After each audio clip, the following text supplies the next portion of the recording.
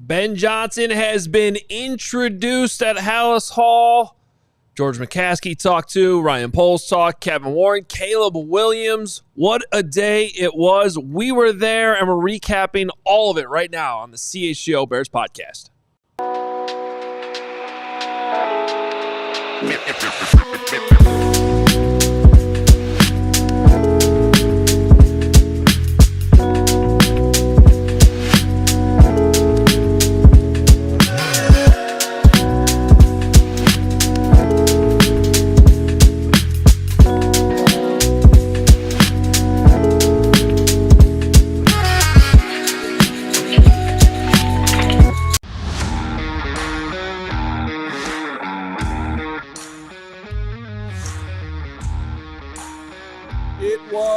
It is, it forever will be a day to remember. Ben Johnson has been introduced, and I think every single Bears fan across Chicago, Illinois, the Midwest, the United States, Afghanistan, Africa, Australia are all smiling today after listening to it. Welcome into the CHGO Bears Podcast. Special time today, 3 o'clock, because, of course, we're out at Hallis Hall today, being there with Ben Johnson, Adam Hoge, Greg Braggs, yours truly, Mark Carman. We are.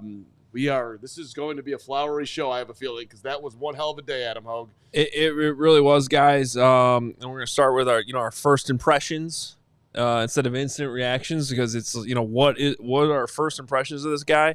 I'm going to resist every urge I can not to start this show breaking down George McCaskey taking a random shot at Joe Buck. Because that was the moment of the day, by the way. That was the most important thing that happened. George turns down the sound. He just goes, we'll talk about that later on the show. George. I just couldn't resist. So that was by far the best introductory press conference I've covered at Hallis Hall. And I've lost count. I know there's 5 coaches now, 3 GMs, a team president in there,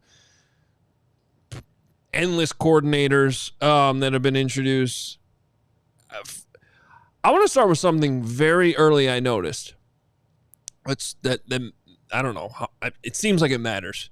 When Ben Johnson was in his opening statement and he was talking to his wife, and then he was talking to George McCaskey, talking to Kevin Warren, right? Like kind of going down the line, thanking the people he needed to thank. When he was talking about the person that he was talking about, he was looking them directly in the eye. I had the same exact reaction. He stared Ryan Poles down for however long he was talking, which was a long time. He looked right at him and wasn't moving. It was like, whoa, dude, you are intense, and you are with the person you're with. I loved it. Well, and I first noticed it when he was talking to his wife, because I always like to keep my eye on when he's talking about the offense. I'm glancing over at Caleb. What's he saying? What's his reaction? What's Cole's reaction? Right. By the way, Caleb Williams, Cole Kmet, Roma Dunze, and DJ Moore all in the building. Apparently, DJ Moore left a family vacation. We know how much he loves Disney. He told us that at the Super Bowl, and he was there. And who will be in our building tomorrow? DJ Moore's in our building tomorrow. Cole Kmet. Cole Kmet. Yeah, that's right. Little teaser for you guys. Can't wait. 85. Yeah. I don't know if I was supposed to announce that, but I just did. Yeah. In the most confusing way possible. Yes, Cole Kmet will be here tomorrow. Back on track. So I asked the second question of the press conference, and he did the same thing the entire time. He looked me right in the eye, and I'm just like, I don't want to put too much in that little thing, but it just when we've heard about how intense he is and how much he's kind of captivating and listen, you're kind of forced to listen to what he's saying and pay attention. Even you, Carm. I think you were most engaged I've ever seen you. With Ben, or in general the whole day? Because just behind the scenes, Hoge had great positioning today, and I was off to the corner, so I didn't get my question in. But I'm sitting there behind his family. So he's staring. I was watching him. I thought he was looking at me for a second, but he was actually staring down his family and showing appreciation to them. And what are you laughing at? You thought he was looking at you. He's looking at his family. You're like, Yeah, It's like, no. it's Carm over here, Ben. We're gonna be best buddies.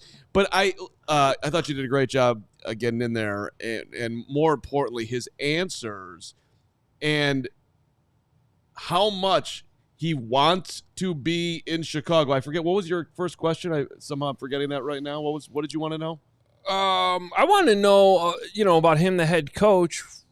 He called Dan Campbell a unicorn in his opening statement, and so what can you take from Dan Campbell? Because we know he's not going to be Dan Campbell. Nobody's Dan Campbell except for Dan Campbell. Be yourself. Yeah. So that was it. Yeah. Gregory?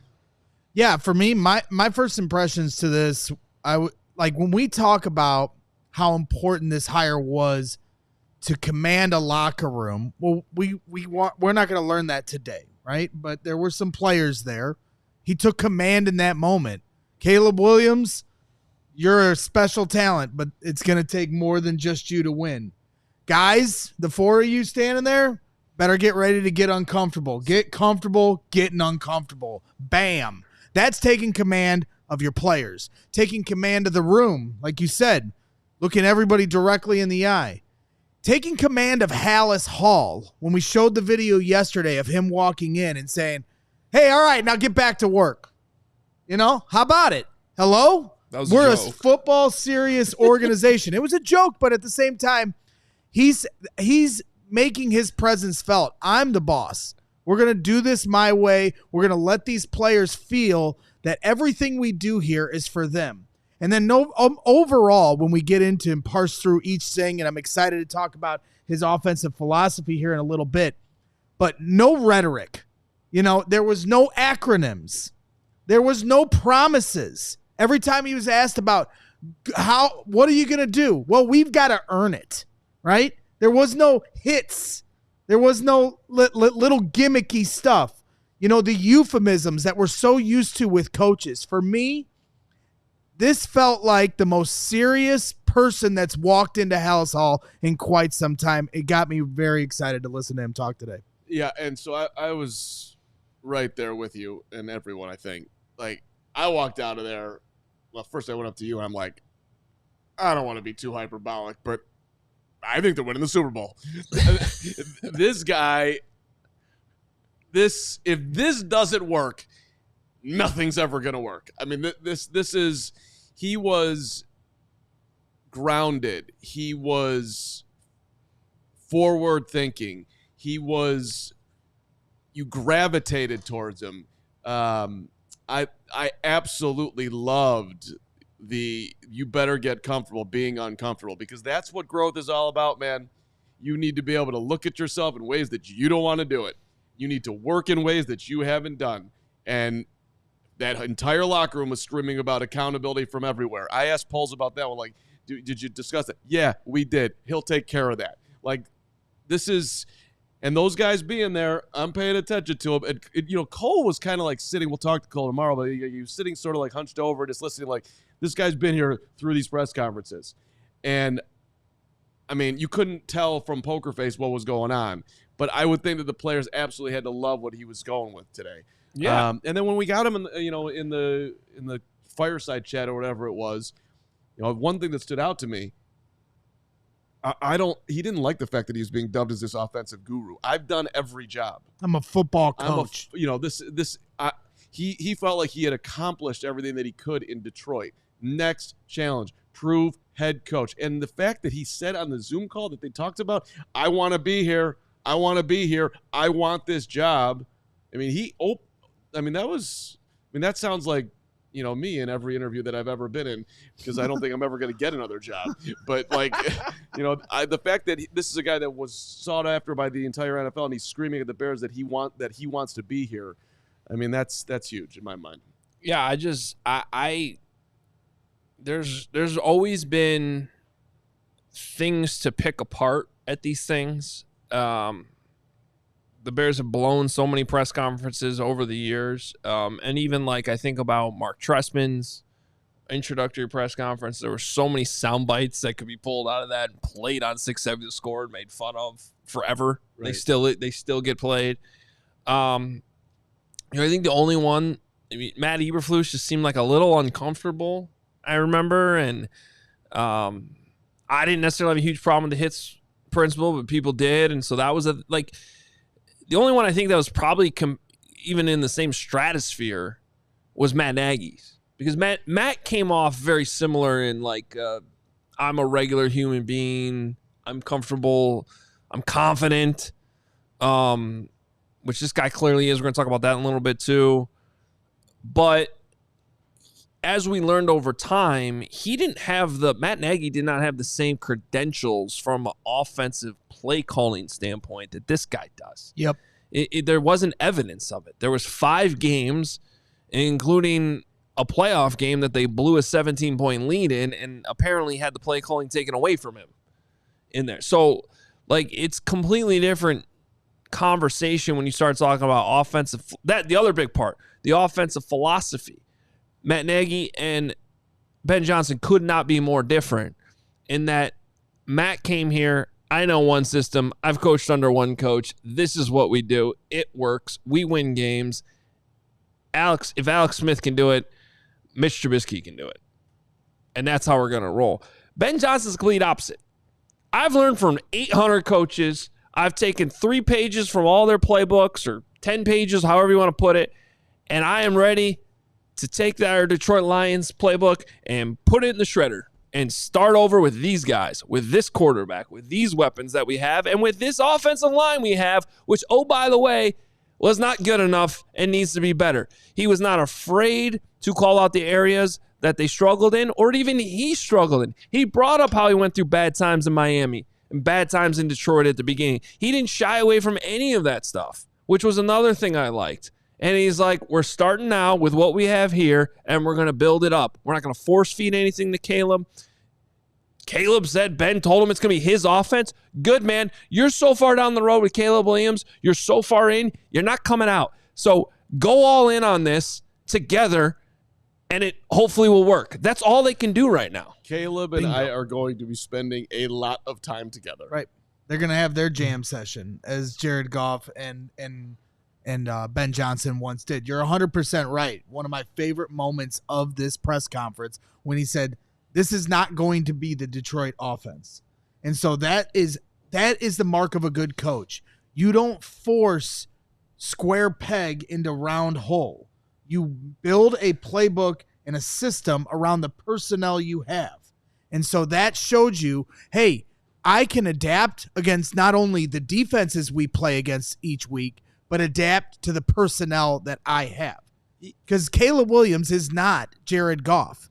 The Bears roster is not the Lions roster. So you cannot just rip the pages out of the Detroit playbook and bring them here. This has to start from scratch, and Ben Johnson acknowledged that today, and I thought that was a big moment.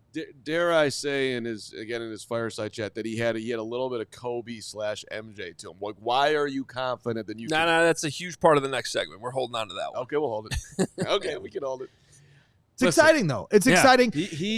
Okay. Let me say it like this: the dude doesn't lack any confidence. He believes in himself, and there's a lot of reasons. He's put in a ton of work to get to that point. So I just appreciate that. Period. End of story.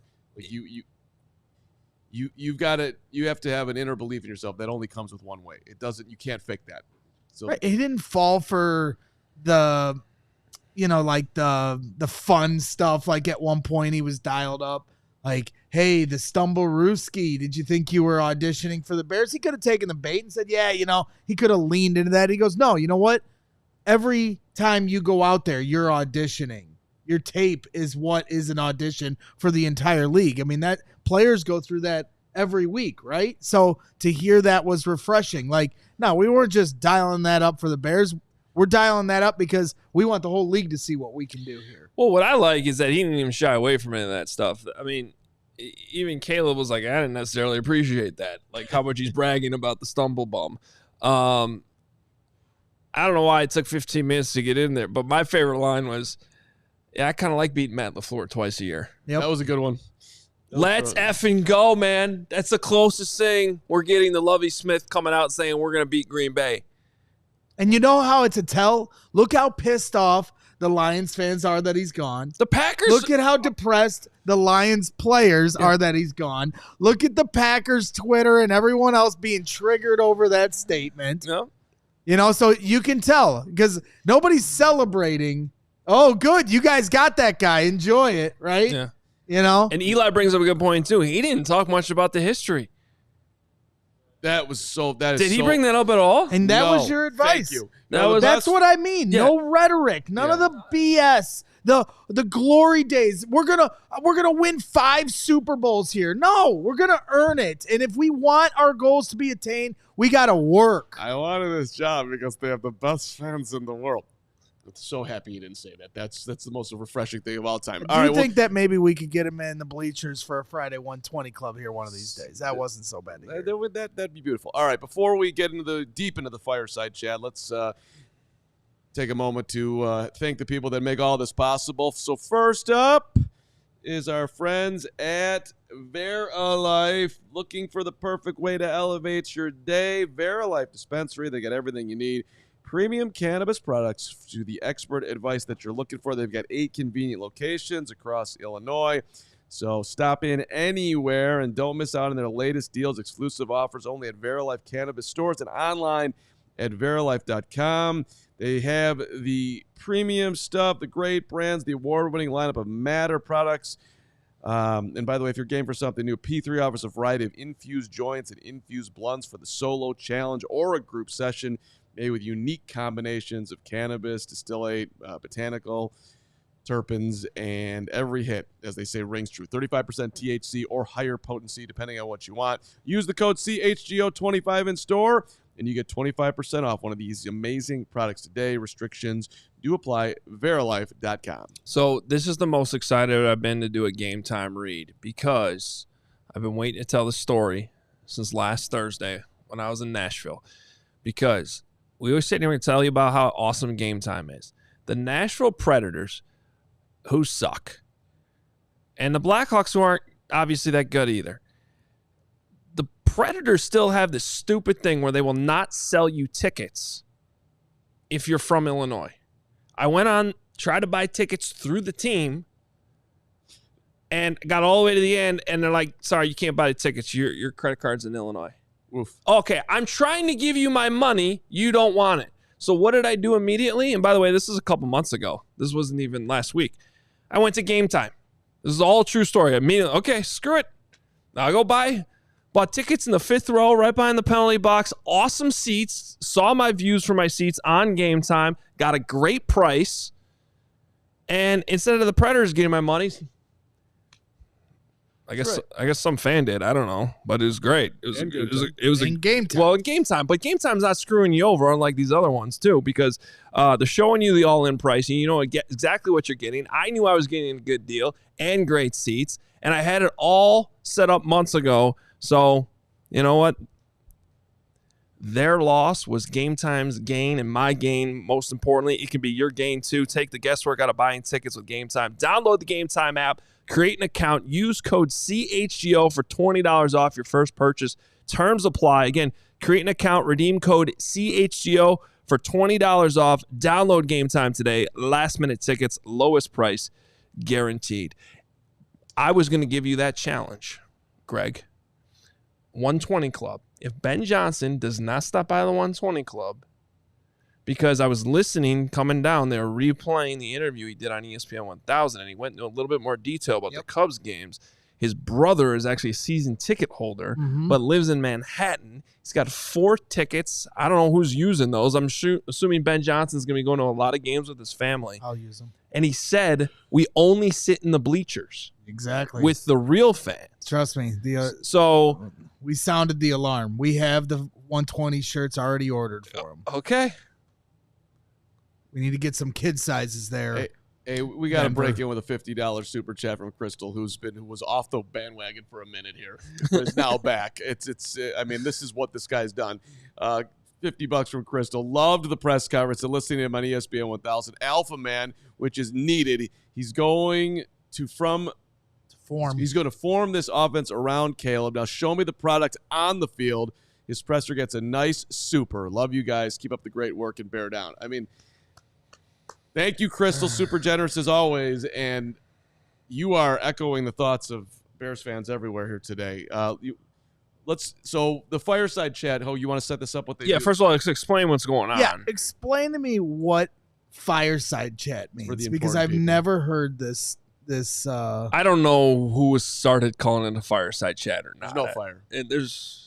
Just don't know where I've never heard this term before. But we don't have to get off topic, but I'm just curious why it's called that. It's an intimate gathering. This one wasn't particularly intimate. Okay. So they have a conference room. It's called the X's and O's room.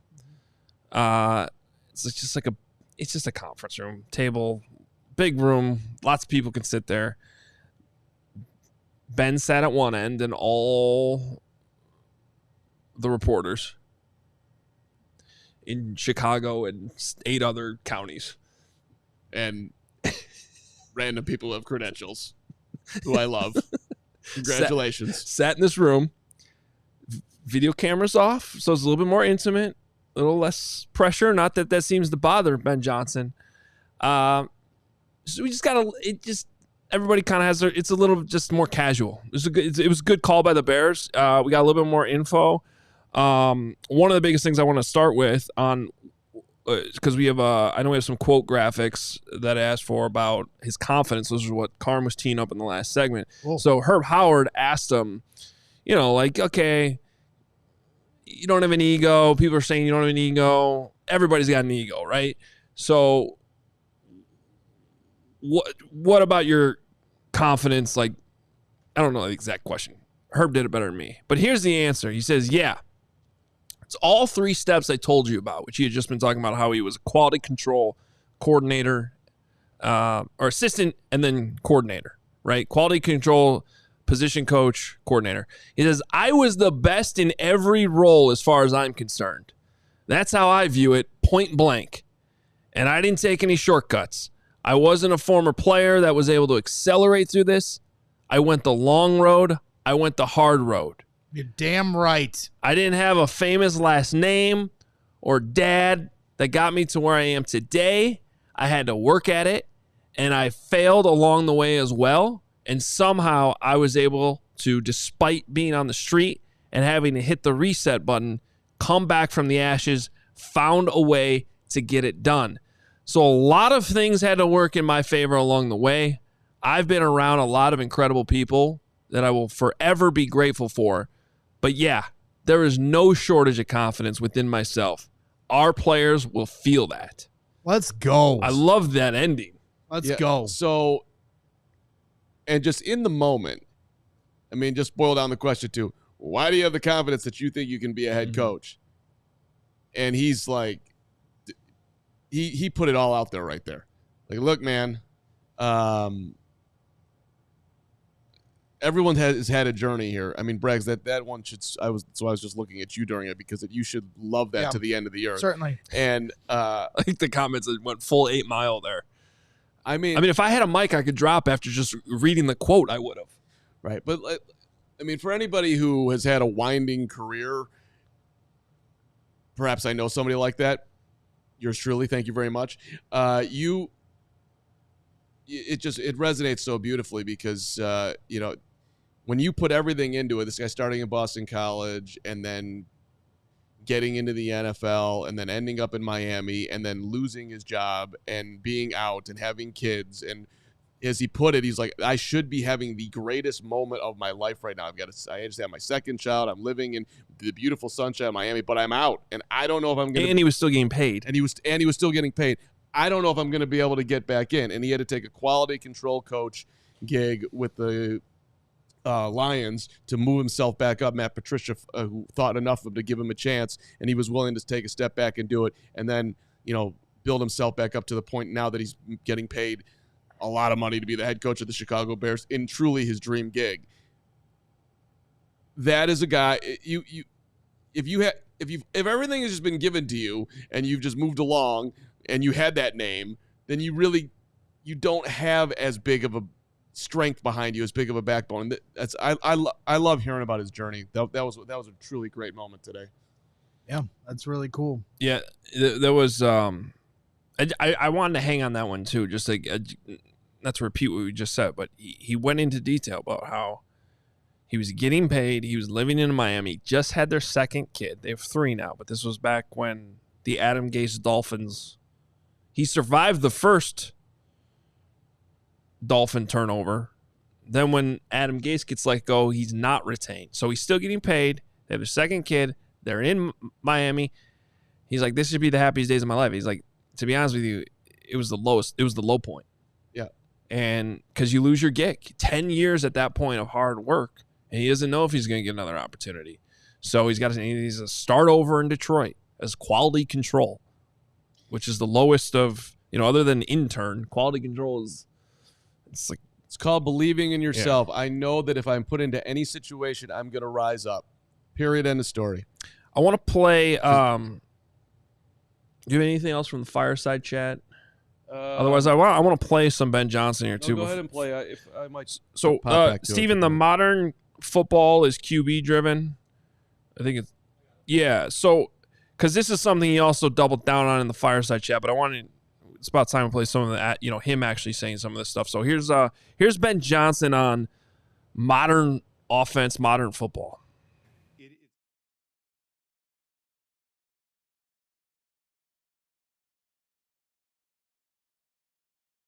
It's clear that modern football in the NFL is quarterback driven. That is no secret. You can look at analytics. Right now, quarterback success is a higher predictor of winning and losing than turnover ratio, which it's been for 20 plus years. Okay, that's changed. So there's no doubt Caleb played a large component into my decision. He is a phenomenal talent that had, as many quarterbacks do, an up and down rookie year. Where I see my role is as a supporter of him. This offense will be calibrated with him in mind. We're going to build this thing. This is not simply a dropping of a previous playbook down on the table and starting there. No, we're ripping this thing down to the studs, and we're going to build it up with him first and foremost, and then with the pieces around him next. I really look forward to challenging him and pushing him, as I said before, to continue to grow and develop. Ripping it down to the studs. A funny thing happened this year. I don't even remember. Do you guys remember off the top of your head the interception streak Caleb had? How many games was that? 9? 10? 10, I think. 10? I want to say 10. He went 10 games without an interception? And then was the last play of the game, too. Maybe it was 9? 9, yeah. Because then the 10th loss, the 10th was, it on the final pick. And how many of those games did the Bears win? None. So, and he talked about this in the Fireside chat, too. He was like, I don't think anybody's trying to claim the turnover margin doesn't matter. It does. I think all 4 games last weekend were decided by turnovers. So I don't want to get too over that, but it obviously doesn't come down to just that. Because the last coaching staff preached takeaways, preached turnover margin. They were winning the turnover margin and consistently losing. So it's about scoring points. You don't want to turn the ball over. You do want to take the ball away. But at the top of the list is what he's talking about there. It's about the quarterback. Yep. It's about quarterback play. And I also loved another thing he said later, which was, if the play caller likes a play, great. But if the quarterback doesn't, it's not going to go well. And if the quarterback likes a play, then typically the quarterback's going to go execute the play. Yeah. So it can't be Ben Johnson's playbook. It needs to be what Caleb Williams is comfortable with. And also with the full circle of that, it's not just getting Caleb and the offense right. He also talked about it's about having your quarterback do well and also impacting the other quarterback. Like I liked hearing this the full range of Tyson Bagent? Not Tyson. You didn't get your Bagent question in today. Don't you worry. They're coming this summer. This summer at minicamp when he's getting the reps. It's gonna happen.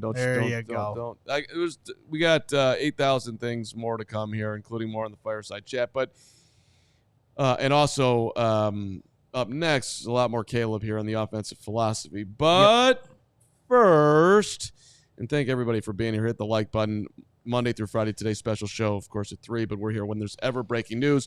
Shout out to our friends at Mando. Yep, it's men's deodorant that's hyper-focused on keeping every aspect of a man's body smelling fresh and clean. We're not talking about just the pits. We're not talking just about the belly button. We're not talking just about the bouncy balls or the butt crack or the grunt. Oh, the whole thing. That's right. That's why we love you, Mando, because you go there and you take care of us and you make us smell better than we deserve to smell, because we are disgusting beings. But with you, we just, we become pleasant again. Thank you so much. Safe to use anywhere on your body. Created by a doctor who saw firsthand how normal BO was being misdiagnosed and mistreated. Variety of scents: bourbon leather, clover woods, Mount Fuji, Pro Sport for us athletes right here.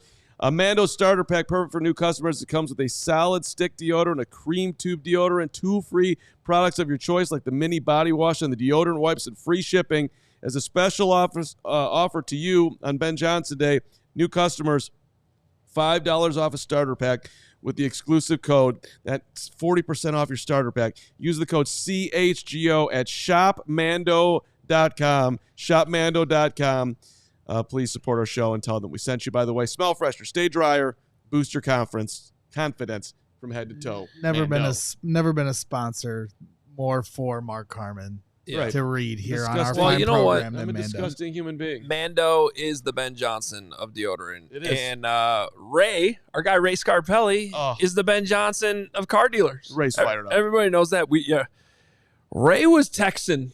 Ray had the text going. Ray deserves this. Ray had a credential. You know what, I wish Ray had a credential. Ray texted us a great question later that I was mad we didn't ask about DeAndre Swift specifically. See, it's like Ray should have been there. Yeah. We gotta get. Well, he's on the fantasy kick always, so he's looking. Yeah, he's probably just wondering if he needs to keep DeAndre Swift in his keeper league. Yeah, I think Ben will look great in the Chevy Tracks. Just be like Carm. We love Chevy Tracks. You love the Tracks. He's going higher level Chevy, I think. And here's you know what? We're gonna send him to Ray Chevrolet. He can go get that. Ray Chevrolet in Fox Lake. Head in today. Shop their huge selection of Chevy models with New Year's prices going on right now. Take 10 to 20% off MSRP on select new Chevy models. Ray might give him 21%. I don't know. Ray's a businessman. That's a good point. Their price is their price. Well, he's giving you guys and everybody 10 to 20% off MSRP on select new Chevy models, or you can shop 125 of their vehicles priced under $20,000. As one of their top selling Chevy dealers in the Midwest, you'll always be able to shop one of Chicagoland's largest inventories. Visit our partner this January at their location on Route 12 in Fox Lake or at raychevrolet.com. Again, 10 to 20% off MSRP on select new Chevy models or 125 vehicles that are priced under $20,000. That's Ray Chevrolet in Fox Lake or raychevrolet.com. They've been serving the community since 1963. Together, let's drive. That's right. Appreciate everybody tuning in here. Hit that like button while you're hanging out. We are live 5 days a week here in the off season, typically at 12 p.m. Central, but today at a special time for a special day at Hallis Hall. I want to try to take the reins for you guys here and try to navigate through. Don't be scared. No, just embrace it. Just one $50 just one $50 super chat. Let's bring in the $50 super chat here from John Von Purbant. If you guys get Ben Johnson in the 120 club, I hope you won't forget TT, your friend. And at Almost Home, I want to see Diet Hand if he can handle a shot of Malort. See if DT. To see if he wants to give Ben Johnson a shot of Malort. That's right. Nobody can handle a shot of Malort, but I'm sure we can get him one. Shout out to the guys over at Almost Home. But yes, Friday 120 Club coming soon for Ben Johnson. I can promise you that. We already got the shirts. I love Almost Home, but I'm not sure if I'm ready to go back right now. That was a rough day. It was a bad moment in time. Well, yeah, we were there for the infamous Fail Mary game against Washington where my heart literally shattered into a million pieces. But now the mending begins because of the combination of Ben Johnson and Caleb Williams. And that is kind of where I want to take this with you guys because, you talked about before the break, some of the things that stood out to you about the modern football, philosophies and how much it's quarterback driven in this league, where he talked about some of the analytics. And I don't think there's more of an analytically driven coach, and there is like a guy like Ben Johnson. When you look at his going for it on fourth down, they were tops in the league, and that's something that he was big on. So I kind of want to navigate through some things because I know you guys with the bullets flying there at Hallis Hall. I was able to go back and listen to this press conference a couple times, and really, obviously, everything is about the quarterback, right? And how Ben Johnson and him are going to pair. So I want to, as we started this show, when he looked right at Caleb Williams, I thought this was one of the most powerful moments of this press conference, and I want to get your guys' reaction, where he basically set it up and laid it on the line about Caleb Williams, like, hey, man, this isn't just about you here. This is about the 53-man roster. Caleb, I'm excited to work with you, but it's going to take more than just you. And there are a lot of pieces already in place, and I can't wait to get to work with the rest of you guys.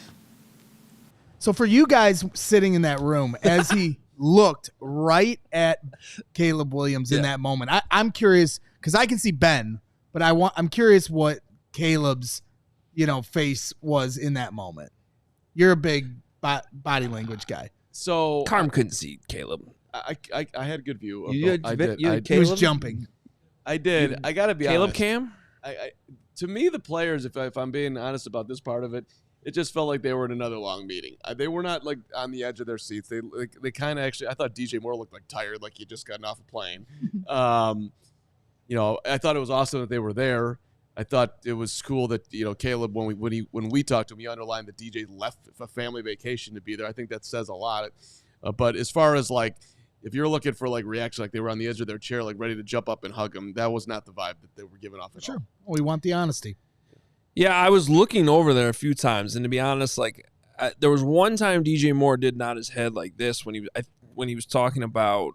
Actually, that was when he was talking about Caleb in a little bit more detail later. Yep, which we're about to get to. Quarterback philosophy. Yep. The other three didn't do a whole lot. I did know who was it that asked the offensive line question, and both while the question was being asked and answered, Ryan Poles was sitting in front of me, and his head was going like this. Ryan Poles was not bored today. We have that ready if you want to We play. have the offensive line cut here. So while we're talking about it, let's get into it because this is the offensive talk here, part of the program.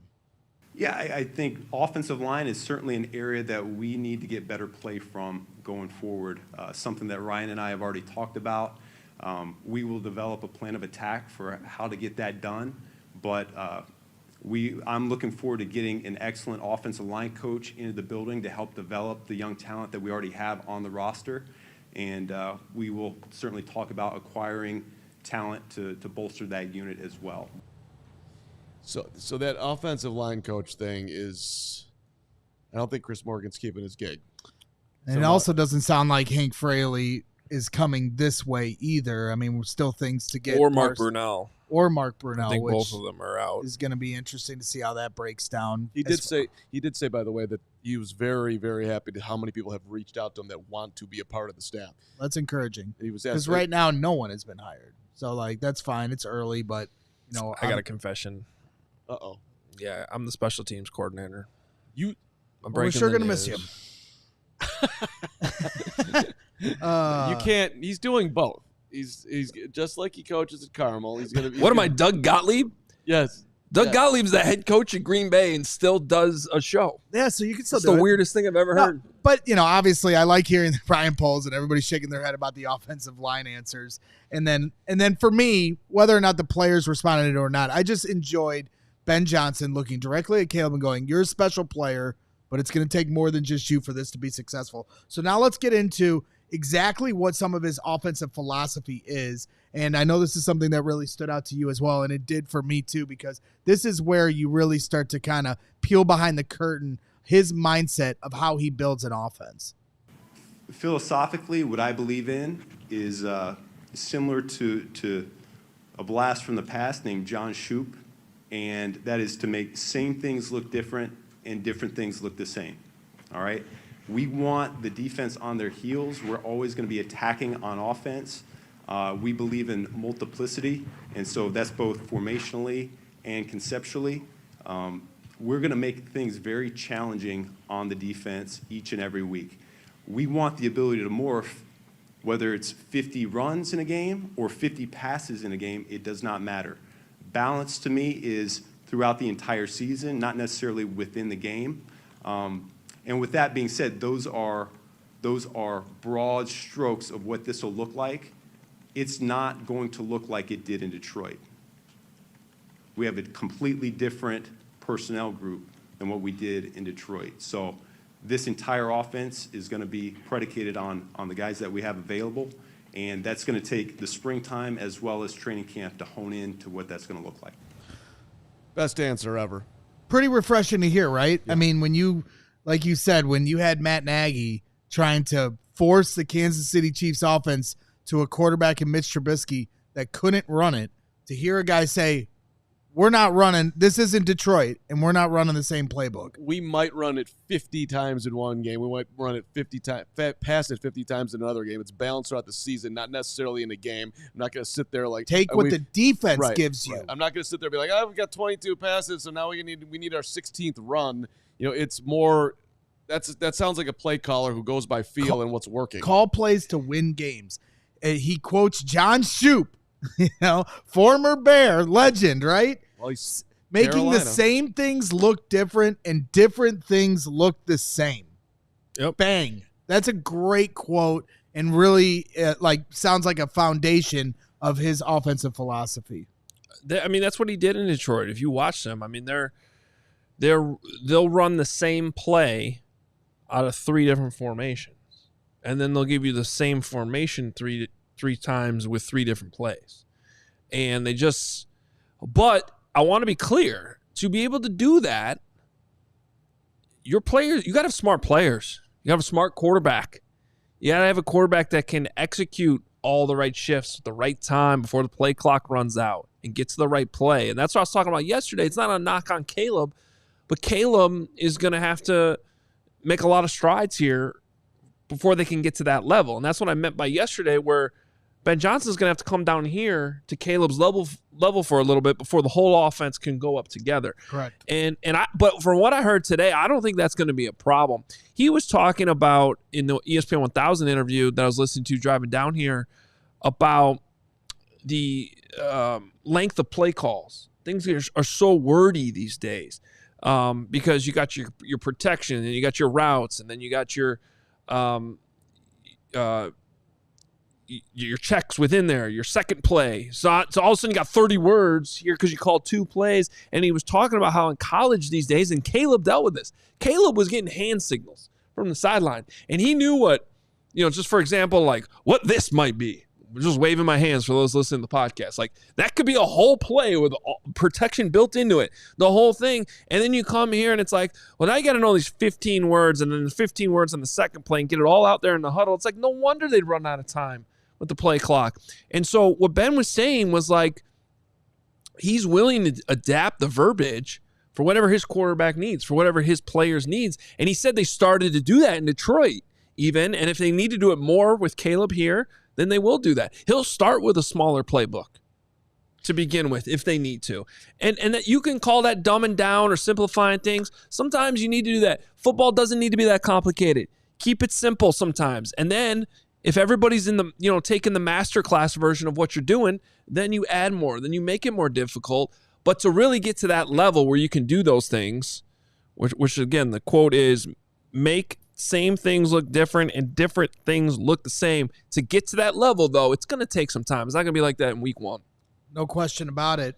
And so I think one of the next things that I want, when you talk about getting the play call in and executing, he talked about time on task here. And I think, to try to put a bow on some of the offensive philosophies, I think this is a good place to send it. I think it's time on task. It's trust. I've already talked to Caleb. We're going to have to spend a lot of time together. The play caller and the quarterback have to be integrated. The quarterback needs to be able to see the game through the play caller's eyes. In my opinion, that's the only way it works. And so we're going to spend a lot of time together this springtime. Certainly during training camp, we'll be able to see how much headway we can make. But there's already things I've talked to him about that I've noticed in his game that I want to address and I want to go ahead and take a look at early and often here. Take a look at early and often. We're going to have to spend a lot of time together. The quarterback has to see the game through the play caller's eyes. So when you go back to earlier this year where DJ Moore and Caleb Williams couldn't get it figured out, and DJ's like, well, we're going to do it how Caleb wants to do it. Now you're going to do it how Ben Johnson wants you to do it. And that's, to me, taking command of this is how it's got to be. You got to see it through the play caller's eyes. I'm going to build the offense for you, but you got to see it through my eyes so we're on the same page of how we're going to execute the play when we get on the field. Well, that's the why, right? And I know people hate that because Nagy said that, but you're trying to communicate to your players why you're doing things a certain way you're doing. But the second part of that, just so this doesn't sound like we're talking about two different things that are against each other, is what you call your players need to be comfortable running, right? So they need to understand why you're seeing things the way you are as the play caller, but at the end of the day, you still need to call the things you're calling need to be what your players can actually do. With your personnel. And that balance back and forth is just, quite frankly, what the Bears have never had. Accurate statement. As in, literally never. He just seems to me very aware of where Caleb is at. Like, I'm sure he's been incredibly busy trying to win as many games in Detroit as possible, but of course they're competing against the Bears. They see him twice a year. He's watching games in his downtime, whatever he's doing. Taking it down to the studs, all these things. We're going to have to spend a lot of time together. I think he's walking in with both eyes wide open as to what Caleb's good at and what he's not good at and where he thinks he can help him. But that's important in the context that he actually wanted this job because of Caleb. Right. Having a quarterback helps. And boy, the Bears needed that, right? Caleb needed that. Can we talk about Caleb here? I think one of the clips we have is my exchange with him about the last 12 months and some of the things it's in there. But I don't think Steven has it loaded up. We have the whole Caleb press conference. We do have the whole Caleb press conference, and then also to get back to where you're talking about Caleb needing some of this stuff. Well, Ryan Poles spoke to this, again, ESPN 1000 doing some good stuff over there. Shout out to those guys. But with Carman, DeFalco, and Yurko, he says, Ryan Poles, about what went wrong with Caleb Williams last year, to speak to your point about Ben knowing some of this stuff, he said, Ryan Poles said, I really think at some point there were some steps skipped to get him to game day. We need to go back, and I know Ben is going to do it, go back and reestablish that foundation. So that was a big importance to me about going in today. Is Ben Johnson fully aware of not only what Caleb Williams can do well, but what went wrong in the last 12 months? Or did they hide that under the couch for a little bit and let him figure it out when we get to minicamp? I need Ben Johnson to know these are the things he needs to get better at before we get to minicamp. He needs to be fully aware, and it seems like Ryan Poles was open and honest about that, and that encourages me that Ben Johnson had that understanding and said, I want this job. I know I can take this guy to the next level. No doubt, wouldn't have taken it. I just saw somebody that think Mr. Sinister. Stop being haters. Caleb's mistakes can be fixed. It's not hating. No one's hating anywhere. He took the gig. He believes in him. He wouldn't have come here. And no one's saying it can't be fixed. But hold on. You also need to live in reality. And the reality is that the quarterback does need to get a lot better. And this guy's coming in here with eyes wide open, talking about we are going to build it from the ground up around him because he believes in him.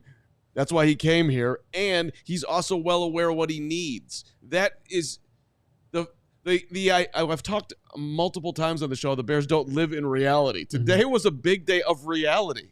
They really, the reality was they needed a kingpin to come in here and turn things around, and they went out and hired him, and then he showed up and acted like a kingpin. That's as good as it can get right there. Yeah. You're also yelling at nobody because they were actually just talking to each other in the chat, not you. Yeah, okay, good. But that's fine. Anybody that would say to you, I yell at invisible people all the time. So in our defense, that does get confusing sometimes when you guys start yelling at each other. It looks like you're yelling at us. Well, so just yell at Greg. He's the only one you're allowed to yell at. Well, and to your point though about, hey, They need to get better, but it's got to be earned. And, you can talk about it all you want. I think we should get to the Caleb Williams part of this whole thing. And that I think can kind of tie this up with Ben Johnson. You heard everything he had to say about the offense of Caleb Williams. And so Adam and Mark were, there to talk to Caleb Williams here today.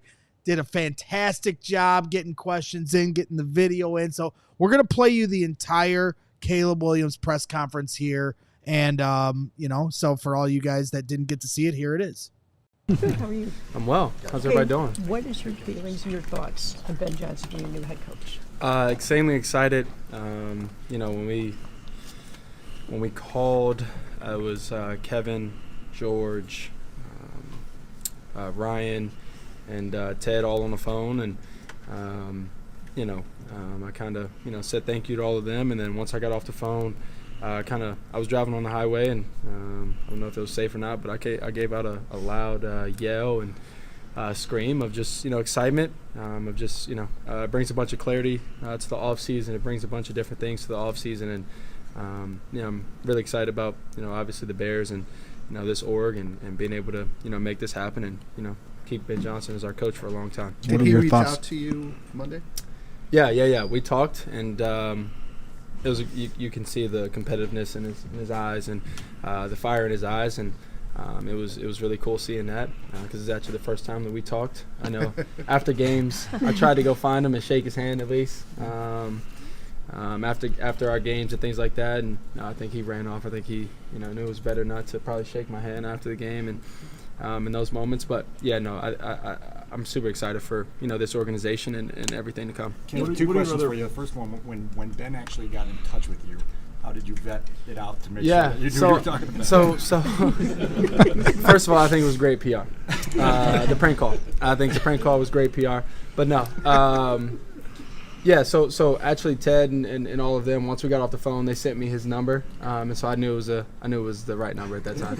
And then he actually FaceTimed me, but I was driving, but he FaceTimed me and then sent me a picture of his face because he also heard of the prank call. But like I said, I think the prank call was great PR. I don't feel no ill will towards anything with that. So I'm super excited. Like I said, I think the aspects that he's going to bring to us and this org is going to be amazing, and many great things to come. In addition to his competitive fire, what do you see that's compatible with you that personality is one match?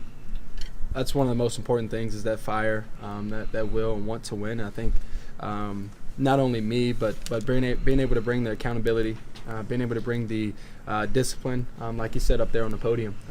If guys are stepping out of line or not being in line, and not just with him and things like that, but with the team, and you're not doing the right things, you gotta be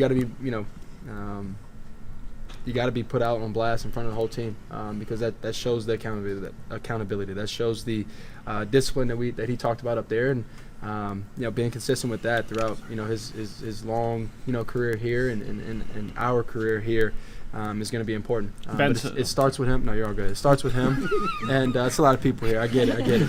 But it starts with Ben and the rest of the coaches that he brings along, and then once we figure out exactly what his rules are and how everything goes and how it needs to be run, it bleeds into the players, and then from there it's it's in the locker room, and now we have to take it and run with it from there, and keep leaning on each other, keep growing and progressing, and being disciplined to each other and accountable to each other, because what he's been able to do over there with Detroit in that offense, you don't see an offense doing things that they were doing without somebody like Ben at the helm of it, just because there's so much time and so much effort and so much energy and passion that goes into it.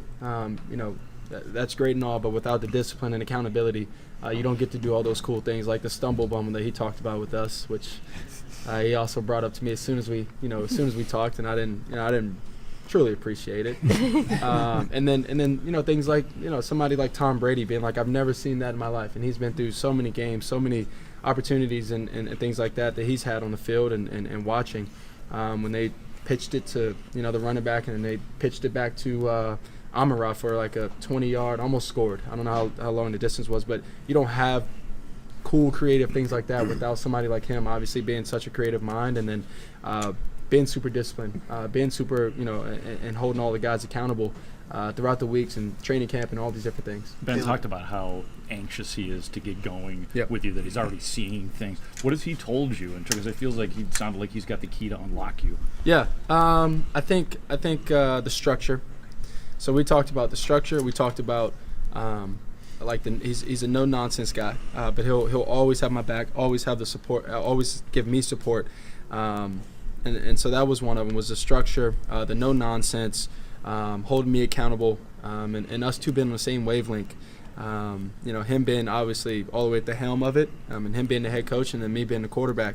Me being accountable, me being on the right time, right page, on the field, and doing those things right, doing everything right, and then from there being able to hold everybody accountable, from my space to and me being quarterback to him being the head coach, and us being on the same wavelength like I talked about is really important, because then when you get to be able to be on the same wavelength with your OC / head coach now, or not OC but play caller and head coach, and the way that we go about our business, the competitive fire that we have, the discipline that we have towards each other, the accountability that we have towards each other. That was another big part, was being able to, he said he's going to hold me accountable, and he was like, I want you to hold me accountable for a multitude of things. And we talked about other things, and about my play, about what he's excited about, and what he's what he wants to change and correct, and if not change and correct, but just better. He talked about taking this job because of you. Yep. What does that mean to you personally? If somebody wanted to come here specifically because of you, your talent, your potential, and what they can do to develop you further. Yeah, no, it's I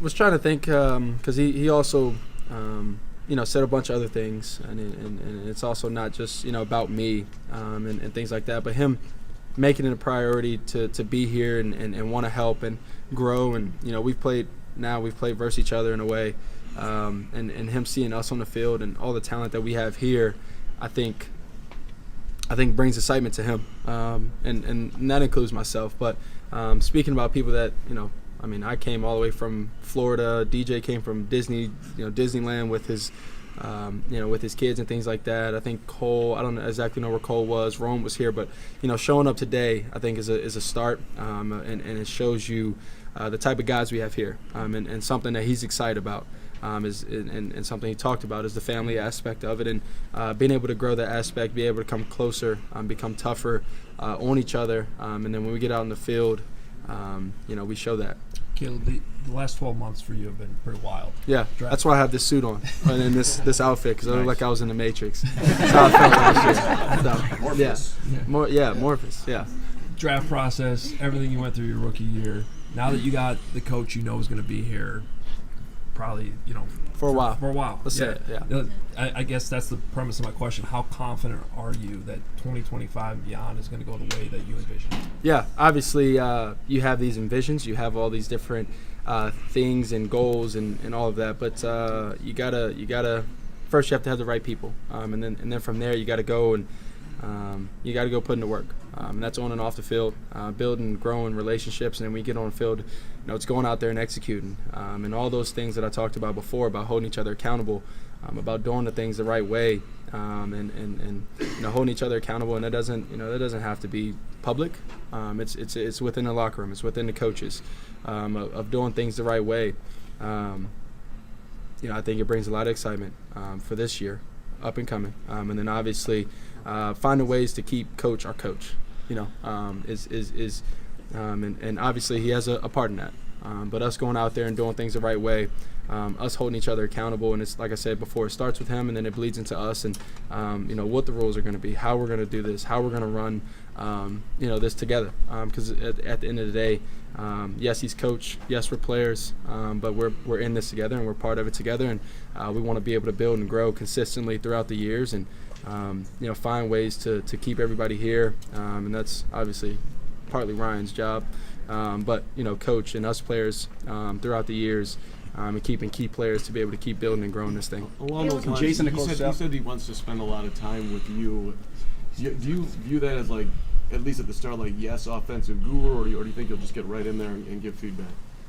I think part of it's going to be ways to grow for me, and then I think the other half, and for me, but also mainly for the team, because that's the most important thing here, is me being able to grow. And like you said up there, touchdown and interception ratio and quarterback play, it's changed over the years. And so being able to be in the right spot, being able to do the right things on the football field, and lead these guys the right way, and play well consistently for 17 plus games is important. And that's what we'll talk about. I definitely think that's what we'll talk about, and making sure that's set and the rules are set. And then from there, you get into the whole football aspect and dive into that, and obviously start doing things how they did, and not specifically how they did, but just super creative things that fits our scheme and our players and our personnel and all these different things. So I think we'll dive into that, and it starts with the base stuff and being able to master the base plan of this offense and this team, and then from there you be able to grow. Caleb, he said he was going to calibrate this thing around you, which is awesome. Yep. What do you want to do more of in your offense that maybe was missing for you, that you've gone back and looked at it and said, Ben is going to allow me to do this? I haven't been able to dive too deeply into that yet, but I think score, an insane amount of points. I think we have the same mindset. We sat down and talked and had the same mindset about scoring and all these different things, and where sportsmanship is at the end of the game when you shake hands and be respectful in those ways. But when you're on the football field, you want the other teams to feel as if you embarrassed them, and so being able to go out there, and that's a collective thing, special teams, defense, and obviously offense, being able to go out there and score points, hold teams to minimal points, and when it's needed, put the special teams on the field, and they go out there and execute perfectly, and that's I think a full collective brand of football is what we're aspiring to go for and get, and really excited about that opportunity. I know Ben is, and it's good things to come. Yeah, Morpheus, last one question for you. Yep. What did you think about Ben saying that he's not just going to come in and drop the Lions playbook at everybody's locker, that he's going to build an offense for you? Yeah, I think, like you said, I've been with. It feels the same way as someone like Lincoln, my past coach in college, in the sense of the way I see things, the way I throw this, the way I do this, the way I do that, wasn't the same as other guys, and it's the same for each player in the NFL. Not every player is Julio Jones, but you're yourself. Not every player is Jared Goff, but you're yourself, and so that goes into that. And so being able to have a coach that understands that, and wants to build it around me, and then the other personnel that we have on this team, wide receivers, special wide receivers that we have, running backs, special running backs, all these different aspects of the team and offense, I think works in our favor, and works in his favor, and I think it's great that he knows that and understands that, because that brings another level of excitement, because now it's ours. It's not your previous offense. It's not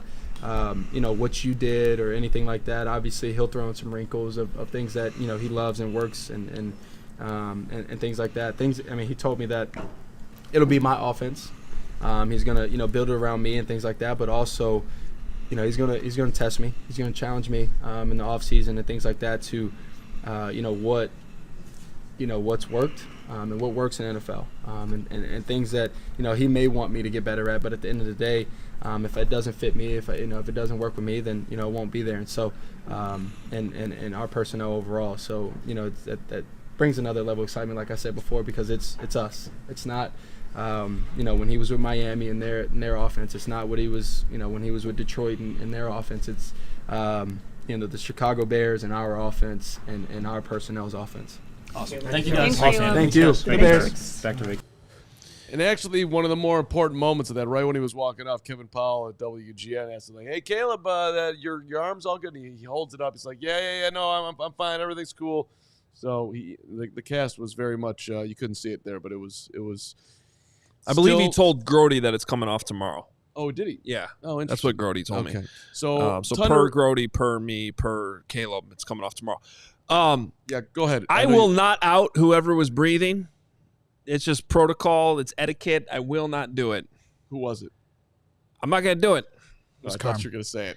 But someone's head was very close to my mic, which is attached to this phone. And by the way, it wasn't me because it points that way, and you can barely hear me. That's why you can barely hear me when I ask questions. It might have been Rick Gregg from WBBM. Well, if there's anything I know about people with the name Greg, they breathe heavy. I'm one of them, so I can't judge. Rick's never made a mistake on any report, but he was breathing too heavily today.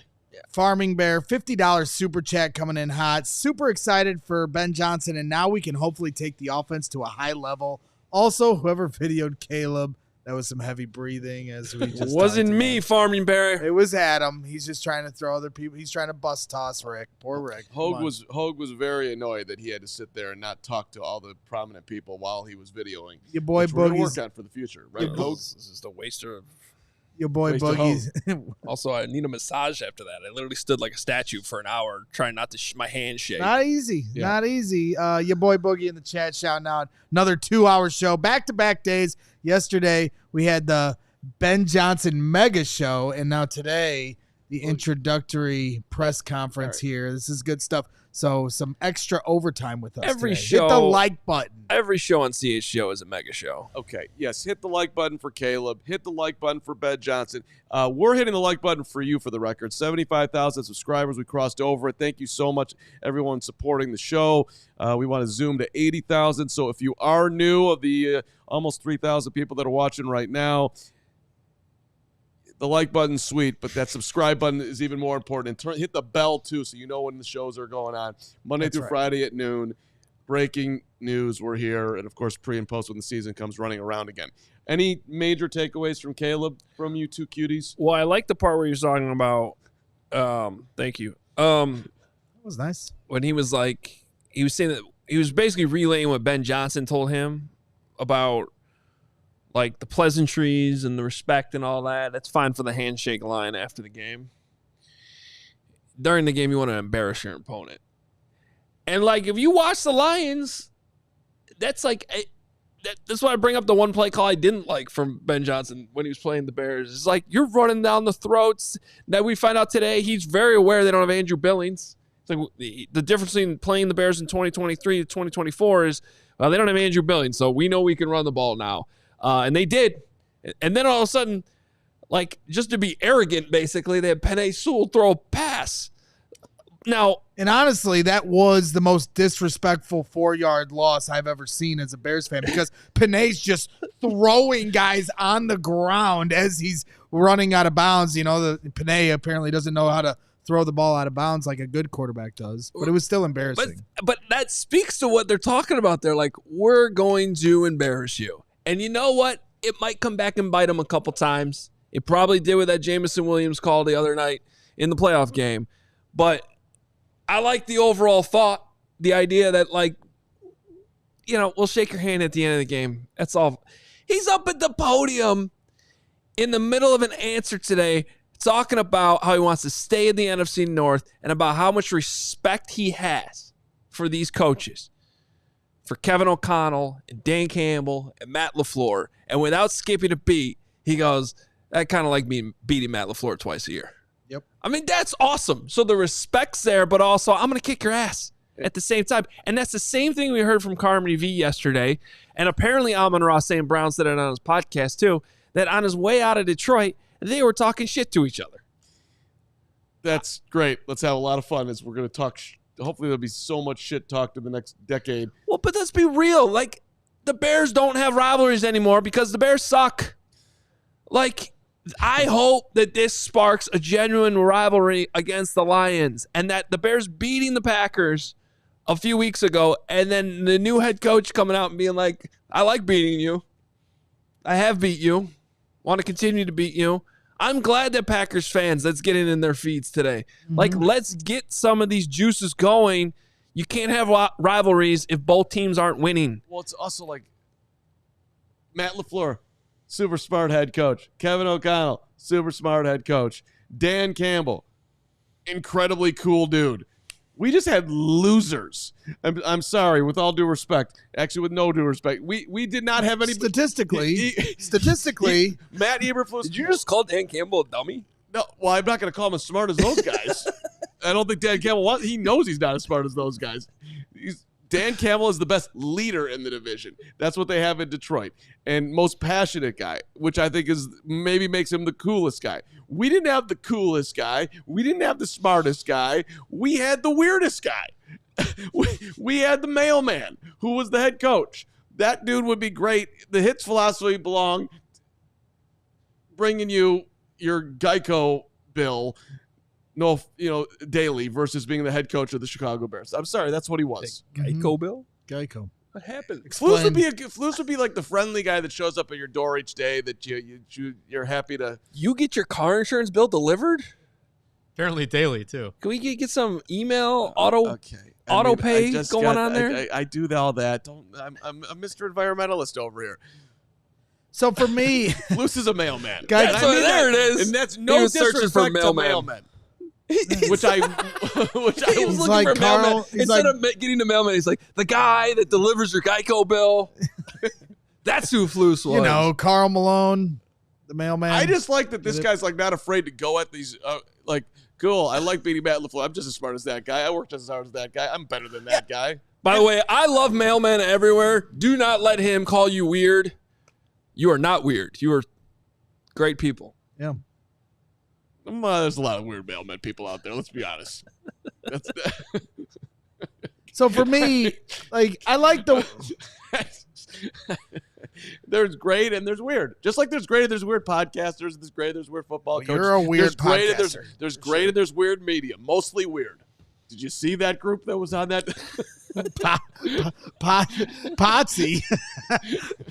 Careful. Our guy Potsy. Careful. Hey, Potsy knows I love Potsy him. forever. But, I don't know what kind of mushrooms were getting passed around in Alice all the day. Love you, Potsy. No, but Potsy asked that question to George, and George was like, I disagree with every part of that question. But wait, can we play that one? I have that one. George, oh, that's so good. So the Potsy to George, he's like, hey, you guys have been cheap your whole lives. You haven't paid for anything. And now all of a sudden you want to pay for this guy? And George is like looking at him. He drinks. This is. I really enjoyed this moment in time. I was so happy it was in my direction. This was Mark Potash versus George McCaskey, 2025. And frankly, they really haven't gotten a candidate as heralded as Ben Johnson, or a guy who likely commands an over-the-top salary like he does. Why was this different? Why at this point in time did you feel the need to be that aggressive as an organization to get the best guy and pay him and get what you feel like the Bears needed? Well, I don't agree with the premise of the question, but our job, as I said, is to offer support, guidance when necessary, resources when necessary. And once Ryan identified Ben as the guy, we needed to do what it took to get him to Chicago. What did you? So I don't agree with the premise of the question, Potsy. I didn't have great positioning, so you couldn't hurt George so well. But he's like, yeah, no, I don't agree at all. We always went out and got the best guy, basically. George, come on, man. We were living in reality all day long until that moment. That's funny because when George first started that press scrum, he was like, hey, where's Hub Arkish? He's trying to show the old timers love first. Hub's not here. All right, where's Brad Biggs? He's not here. He's somewhere else. All right, Cheryl Ray. Potsy doesn't get in front of the big dogs because of questions like that from Potsy. And Cheryl's like, well, I've been here longer than Brad, actually. Yeah. Cheryl Ray's like, I was here first. That's true. Okay. Ladies first. So that goes back. Well, yeah. Okay. Just rewind the podcast 2 minutes. To that whole conversation. Oh, that's good stuff. But to Potsy's question there, and George, I think it was in his opening statement, also said, like, it's not always that the most popular choice is the best choice, but in this case it was. George, I think that's the problem. That you've been like overthinking this too much. Actually the most popular guy, the number one choice, usually is the best choice. Yeah, you keep hiring the unpopular choice. Right, you're trying to outsmart everybody. So it would have been sweet if you hired the coach of the year back in the day when you didn't. Yeah, like, you know what's the most popular choice? Bruce Arians, the reigning NFL coach of the year. So that line from him just like kind of showed me that he still doesn't quite get it. But in this case, you don't need the quite. He doesn't like that the fans on Bears Twitter might have a better idea of the right decisions being made as opposed to the people making the decisions at Hallis Hall. For me, the thing that stood out the most listening to Caleb, going back to your question.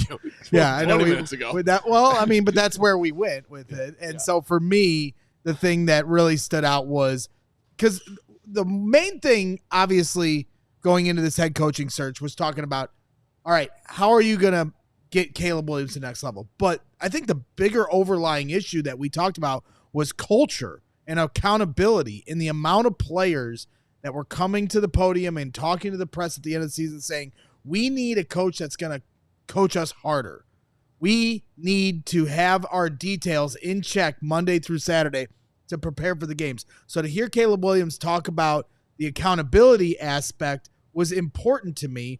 And then to dial that up for you, Steven, to me, hearing Ben Johnson speak on some of this player accountability is important. So I know we have a couple clips here that I'd like to play that kind of speak to maybe this culture getting corrected. You have turned into me. You are leaning on the audio more than you've ever leaned into the audio. Respect the one shot. Respect it. You secretly lost your audio privileges today. I gave him to Greg and Steven. You're in my world now, Grandpa. What did I do? Accountability. Be quiet. Here it is. The most important thing, and I've already alluded to it a couple times now, is clear communication and structure and expectation. And that's really what we're going to outline. We will set the standard in terms of what it looks like, what it should look like, what it shouldn't look like. Anytime it's not hitting that standard and that mark, it'll be us as on us as the coaching staff to call guys out, and repeat offenders will have to continue to be made an example of. That's great. That's exactly what we're looking for here. And then, of course, the culture. You know, this is something that I think really needs to get rectified here this season. The most important thing that we do here is we establish the culture that we want in this building in the springtime. Accountability and integrity, they're going to be cornerstones of this. Team first mentality is going to be critical for us. I already talked about the communication, the structure, the consistency. That's going to be felt by our players from day one all the way through the end of the season, okay? And at the end of the day, we are going to lean on a professional work ethic. We're going to learn how to be pros here in this building. We'll be deliberate and intentional with what we do, and then we'll get out of the building and off our feet. You hear what he just said there? We are going to learn how to be pros. Bingo. That's also a pretty elite level of understanding of what's going on in that building right now. And I'm glad he knows. I'm glad that's not something he's yet to find out. He needs to know just how much this fell apart this season, because it wasn't just the young players. Everybody across the board, in my opinion, lacked professionalism through that 10-game losing streak. There were loose lips sink ships, as I said, and it was getting way too chatty, too much being talked about in leadership meetings. And for me, personal accountability starts first. Yeah, you want a tough coach? Cool. But you know what? The culture is also defined by the players as well, and there needs to be better leadership by everybody. And tomorrow, when Cole is here, I'm going to tell him that. No, I'm kidding. I love Cole, but I will be. I might. No, I don't know if you are or not going to tell him that. No, I will be. He knows. Might only have 3 seats for the set tomorrow. I'll just stand back here. Pop up behind the stairs and just yell things at him. Yeah. Let's I'll raise my hand. Like Okay, let's swim over to Ryan Poles. We haven't heard from the GM unless you have something you want to get out of your chest right now about the last conversation there, Hoge. No. Okay. So Poles, I found the whole thing kind of amusing today that, Ben has his press conference and then we go over to talk to Ryan. Did you understand who was coming after who there, Hoge? Or was I just in the dark? Who all was talking? Yeah. So, okay. Yeah, I did. Okay. So it was just, you guys knew that, right? I did, but for some reason I wasn't just in the moment. The way it went down, Poles finishes up and then 3 seconds after he's walking out, Kevin's right in there ready to go. I'm like, oh, like a conveyor belt. you want your moment in the sun here too. And then for some reason it was over at that point. And then George popped in. And I was like, "Oh yeah, we're doing this too." and then he doesn't read Slack. Yeah, doesn't read Slack. Doesn't pay attention. Didn't read the email. Didn't just don't read Notion. It's the best because you always out yourself on the show. Yeah, no, hey, listen, I'm right here, not perfect, right? Mark Carman, hand is up. Need to be better. Next time, I need my own Ben Johnson. Next time, ask Cheryl.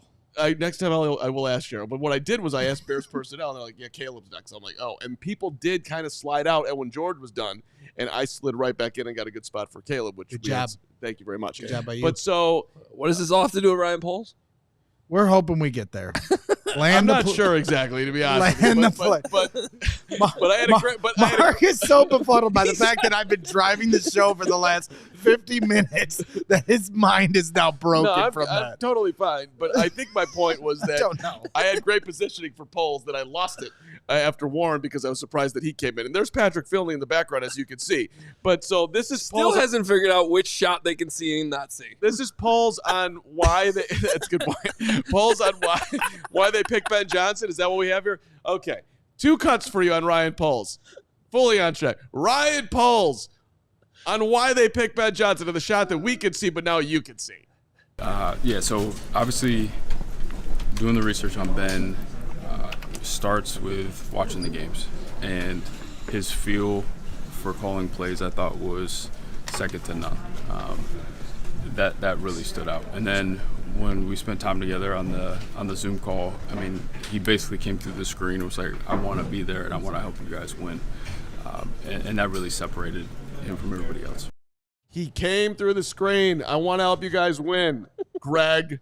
See, you didn't even need it in person because he came through the screen. Pokemon Prophet said Potsy shared the mushrooms I see. I did. I actually, on that level, I'll share that part in a second here because he's like, actually, I was on shrooms. I wasn't. Explain a lot. But the point is, team, that up next in the Ryan Poles conversation was Carm, was Hoge. Let's go. And the spirit of Greg Braggs, starting with, I think it was either Grody or Cheryl who started this off here. And then we get the CHGO tag team for the win. It's just me. Oh, wow. I just cut this just me. Brilliant move by Classic. I didn't cut the good video, didn't cut the good audio. It's both cut it him talking. It's Carm, it's Hoge. For the love of you. How confident were you before he said that you would be able to get him? I was very confident. Saturday night, they lose. Just how quickly did that change things? How fast did you guys have to mobilize to get this done as fast as you did? Yeah, we were prepared. So there was no panic to it at all. But obviously it sped up pretty quick, and we had some really good conversations, and things closed up. Ryan, is it a relief? There was an opportunity he might have had to get his own GM with the Raiders or something like that. Just how did those talks go, and how quickly did you know that between you guys that wasn't going to be an issue? Yeah, it was pretty quick, and he had mentioned it before. It's kind of crazy. There's a lot of crossover with people that we're really close to. Actually, we found out that he actually worked in the small little cubicle that I did when I was at Boston College just a year after, which is crazy to think about. But yeah, a lot of our friends, a lot of people that we trust connect both of us. And then when we got on the call and spent time with each other, there's just a vibe to it that was awesome. So Ryan, you were you know, we haven't really touched on this part of it yet. One of my big conclusions from today that I do think was genuine and not just hindsight, anytime you draft somebody, anytime you hire somebody, it was like, that's my number one choice, right? Like today's the first time I think I really believed it. Mm-hmm. Other than them drafting Caleb, that was obvious too. But like, you know, I want to actually applaud the Bears for the process here, because it was very obvious today that Ben Johnson was the guy they were trying to get the whole time. I think they did have genuine interest in Vrabel. I think that might have been the only situation that could have changed this in terms of what the Bears could control. And I think they had a pretty solid backup plan in Mike McCarthy too, which we've talked about. But they did cast a wide net anyway. And they did all those Zoom calls, and Kevin Warren talked about it too today, about things they learned. Why not talk to the Packers offensive coordinator? You might get something out of it. And we can talk about the Rooney Rule if we want to or not, but it still, to me, is significant that they were prepared for the Lions losing this game on Saturday night, because they had the Eddie George interview, which needed to be in person to get Rooney Rule compliant, scheduled and set up and ready to go. That would have happened even if the Lions won, but they were mobilized to, if the Lions lose, we're going to have to cut this whole thing short. Because I bet you they're assuming what we were assuming. Ben Johnson's going to be in the Super Bowl with the Lions, and this thing's going to take a few weeks. And I think it would have gone that far. Based on what we've learned today, Ben Johnson really wanted this job. The Bears really wanted him. That Ben Johnson would have been introduced while I was going to be on a cruise in the Caribbean. That's what would have happened. But they needed to be ready in case the thing got cut short. And so all of a sudden, Lions lose. Thanks for all those Zoom interviews we did. They don't matter anymore. Rooney Rule compliant. George, we got the money. Let's get the money. Throw the bag of money out there, Detroit. Let's go and get this thing done. At the process, they were prepared for multiple scenarios, but this was always the guy they wanted, and they got him. So I don't know if I've ever done this, but seriously, good job by Kevin Warren, Ryan Poles, George McCaskey. Yeah. Respect the one shot. Yeah. And not only that, the Bears got their process right. Meanwhile, in Jacksonville, they got their process wrong. That was the funniest ending to me being at House Hall today. Trent Baalke, the GM of Jacksonville, fired today. Whereas if they had fired him a month ago, they might have been able to be in the Ben Johnson Derby. They were non-existent in this race. It came down to the Raiders and the Bears. So when you applaud the Bears for their process, we can also give a big shout out, and we can send some deep dish pizza down to Shad Khan and the fine people in Jacksonville. Yeah, enjoy figuring out whatever your guys are going to do down there. Yeah, your yacht that we saw in London sucks, even though it was amazing. And I got to be honest, though. Our Brandon Spano yacht was better. Spano yacht, greater than Khan yacht. Spano yacht got Ben Johnson. Your yacht got nada. Well, I don't know, man. Based on that restaurant today, though, I don't think that Ben was going there. Even if they had fired Trent Baalke, even if he could have brought his own guy, I think he really wanted the Bears. I really do. I mean, I don't disagree, but if they did themselves no favors. It was a good thing that went that way for sure. But I think he's still. Well, I also think that Jacksonville hurt themselves, like it hurt Rick Smith and Ben Johnson in any kind of a leverage play too, because to me, Jacksonville was always the better leverage play because they have a quarterback answer. Where the Raiders, it never made sense to me outside of the allure of Tom Brady's amazingness. You actually had a quarterback answer down there. Yeah, I mean, Tom Brady would have to come out of retirement and play, which he he might have. He legally can't do without selling his shares of the team. Yeah, that was just the perfect way to walk out of Alice today. Is I get the alert that the Jaguars fired Trent Baalke. Now you fired Trent Baalke?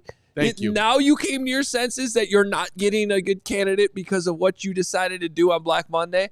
Oh, man, it's refreshing to not have the Bears be that team.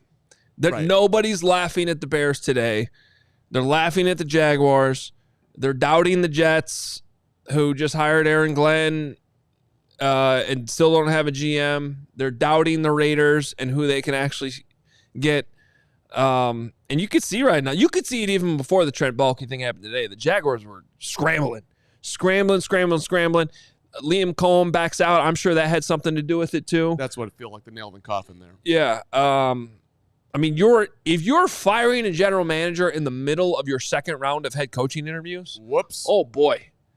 I mean, you're in trouble. But to their credit, very little credit, but to their credit, it is better when you realize they acknowledged it. Yeah. You could have just kicked the whole can down the road. Could have done what the Bears did last year. Exactly.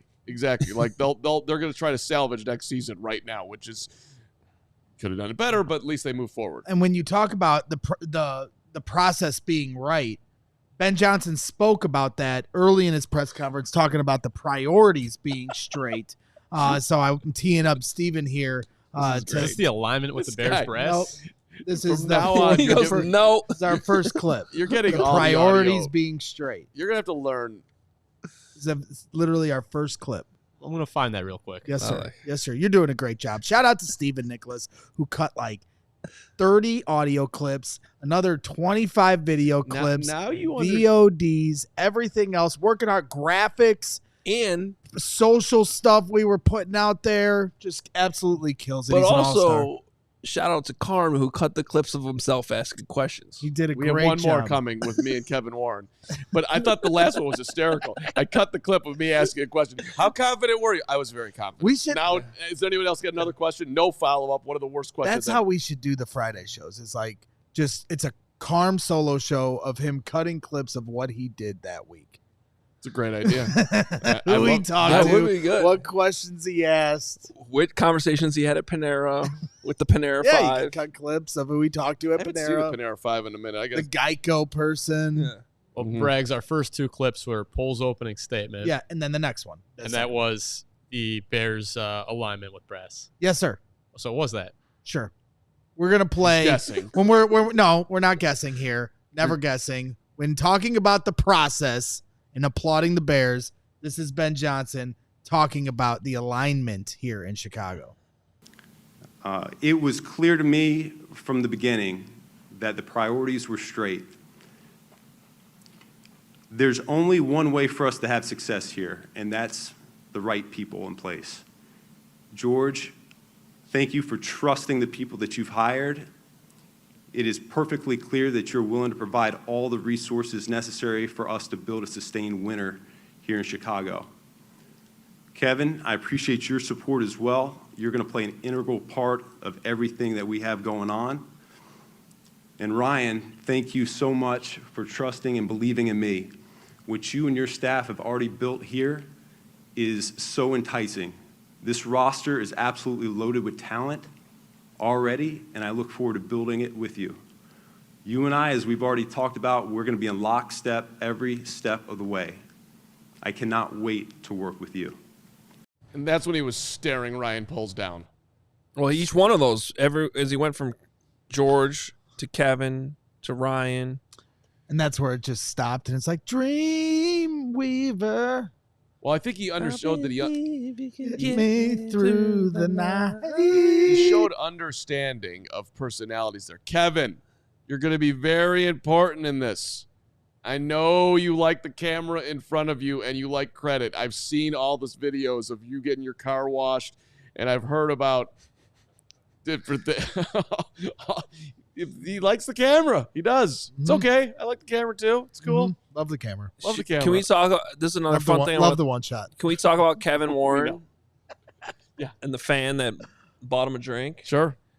Okay, so Kevin Warren brought this up in his press conference. He said that if he was at a restaurant recently, I don't think he wanted to give the name of the restaurant, which is fine. And Wonder if it was an $80 drink. Yeah, and the note said, "Please hire Ben." And then this is all live on the screen, right? You don't see cursive too often anymore. I was going to say that is, yeah. So anyway, Jerry here tweets at Kevin Fishbane and says, "That was my girlfriend and I, and he was nice enough to send 2 shots back our way." Okay, Kevin, first class. Love it. I want to, Greg, does this piss you off in any way? No, it doesn't. When you give a gift, it's not with the expectation that you receive one. So no judgment held. I couldn't remember if we ever talked about it on the air ever. We mentioned slightly, but I don't spill the tea on the shots I've bought for people, which is aplenty. Okay. Well, Jerry. Ryan Poles talked to you for at least 2 minutes. That's right. I buy a shot for everyone, so if it happens to get to somebody important, that's no surprise. But sometimes those shots can be pricey, as we found out. Great, he sent shots back though. Yeah. I love it. And most importantly, he hired Ben Johnson. And he said, and Kevin said he's going to give that. So he said he was going to give that note to Ben. Yeah. That's funny. So- That's good stuff, man.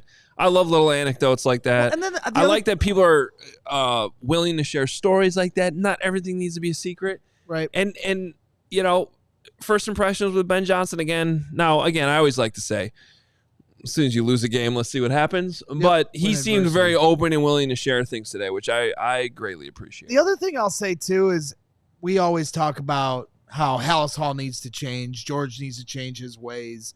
But one of the big selling points that Ben Johnson did talk about was the family structure that Hallis Hall has.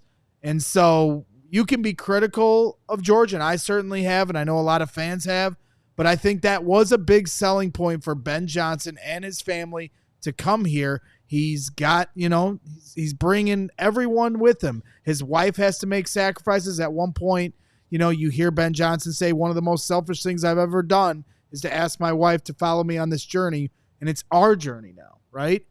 And George McCaskey and the Chicago Bears organization having the type of family environment, which a lot of Bears fans like to point at as a problem, was actually one of the bigger selling points for Ben Johnson to come here. So you got to give credit where credit is due in that regard.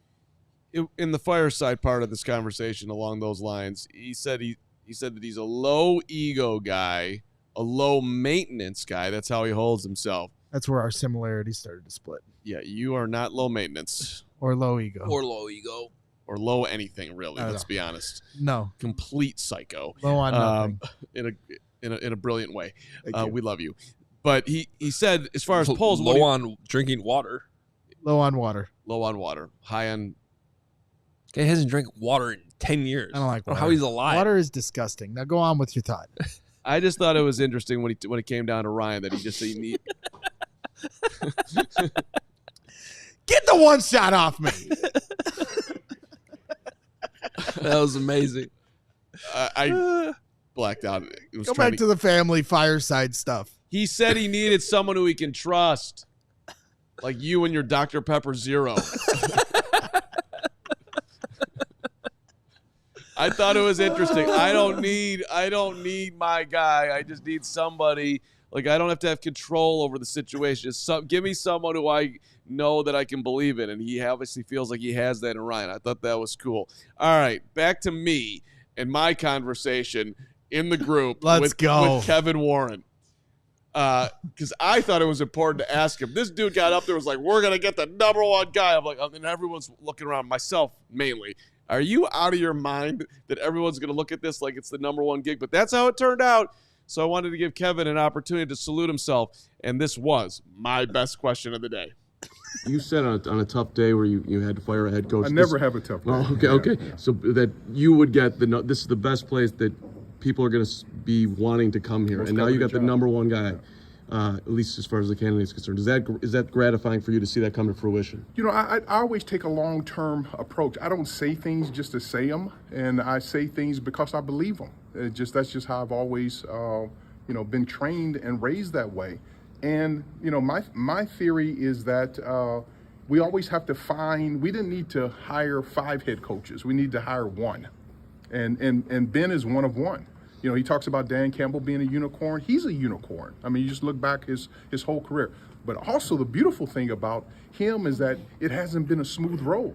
I mean, he's gone through different, issues to go on and walk on in North Carolina and then get fired in Miami and then take a quality control job in Detroit and work his way up. And so he has grit.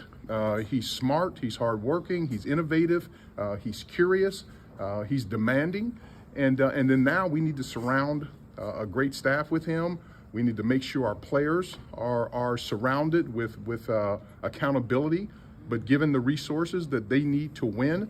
And then the thing that I really like that I see developing is that relationship between Ryan and Ben, because that's where it's won, is that general manager, that head coach need to be lockstep. Ben talked about it, and I still feel the same way I felt about Ryan. A lot of other people will say that my mind has changed. It's never changed. I have great respect and admiration for Ryan, obviously for Ben. I'm thankful to George and his family. You can tell that we're all alpha individuals, type A individuals. We're excited about going to work, and every year stands on itself. You've seen it this year. There are teams in the playoffs who weren't in the playoffs last year. And what we have to do now is come together, work hard, keep each other accountable, and make sure that we honor the tradition of the Chicago Bears. You know, I do want to credit Carm today because if you didn't know it, Carm had one-on-ones with every single player today. I did? One-on-one with George. Well, the way you cut these, you did. Oh. It was a great job. Oh, there's no doubt. Great job by you. Listen, the Bears love me, and I love the Bears, and they all wanted to talk to me today. Now, unfortunately, I didn't get a one-on-one with Ben, but that was you, Hoge. See, and I have to agree with Rockstar here in the chat. Said Warren equals business. Proved all the haters wrong. I give a ton of credit to this whole operation. You're going to credit the process, then you have to credit the people that created this process, and that is George McCaskey, Ryan Poles, and Kevin Warren. They talked, and then they walked. Yeah. They backed it up. And the common denominator, the new denominator, is Kevin Warren. So a lot of people don't trust this guy. Politician, car salesman, all this stuff. I don't see that. I see a guy that is has a lot of intent with what he's trying to do and is very process based, and he's executing the things that he's trying to follow through on. Lastly, being that stadium deal, which is not a one-way street. You've got two sides of that story. So, From what I hear right now, you have 300 sides. Exactly. So that's what he's up against. Any person that was going to try to take on that task was going to have a tall mountain to climb in that regard. I enjoy listening to Kevin. I know some people think it's all bluster and whatnot. I find him to be at bare minimum entertaining. Because just to hear somebody talk as confidently as he talks. But I'll be honest, today I was like, I thought it could have just been Ben and Ryan today. I didn't think we needed to hear from Kevin. I didn't think we needed to hear from George. I didn't even think Caleb needed to talk. I thought it was pretty cool that he did. Yep. But you could have just left it at Ben and Ryan and be done with it. But they went the full distance. Can we play a game? Sure. Because I think the game is I ask you what these notes mean, and then you explain them. Great. So what is Carm hot take Flus? Okay. You ready for the hot take on Flus? Where are these? You know he's not here anymore, right? I do. Okay. Do you know where I think he's going? Ooh. He's going to be the Bears defensive coordinator. Nope. The Green Bay Packers. Nope. How? Don't say Bengals. Don't say Bengals because they just hired their DC. He's going to Camp Nabagabons. Camp Nabagabon. That's the closest he's ever said it, though, so give him credit. Thank you. At one time, he nearly got CHGO completely shut down. Okay. When they asked Ben Johnson about the Bears and why he thought they were so good, what did he say? Oh. You think he's going to Detroit? I think that they talked about the Bears' defense and how he had trouble running the ball against Detroit, and how basically there was a lot of compliments being flown right at that defense. And I think the Detroit Lions might look right at Matt Eberflus and say, you know what, that defense was sweet, and we need a DC. Matt Eberflus is going to be a Detroit Lion. Mark it down. He's going to be their defensive coordinator. Hot take, Carm. That's my prediction. That's a great hot take. I love that hot take. I don't know if it'll be true or not, but I love it as a hot take because I could actually sort of somewhat see it happening. And if that happens, Loose runs a 4-2, 4-3 like Detroit. I'll throw more in there. But look, right now we've already been discussing the Caleb Williams trade as being the greatest trade in Chicago sports history. Ben Johnson for Matt Eberflus? We'll do it. That's the greatest trade ever. We're in. We're in. But Flus has a DC. History. Flus has a DC. It's pretty solid. Well, and you know how I would if it'd be great. It'd be great. Well, I would tell you it's a good hire.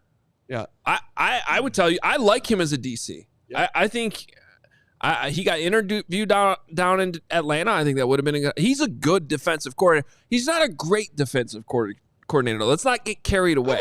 He's not Vic Fangio. He wasn't getting to that top tier. There were moments, there were spurts, there were months at a time where the Bears defense looked. Actually, there was literally like 1 month where they actually looked like a genuine top 5 defense. But you know what? You could do worse than Matt Eberflus. But you know what the tell though is if he did, there wouldn't be one Bears fan flooding a Detroit podcast crying about how he betrayed us. We'd be like, hey, have fun. All the best.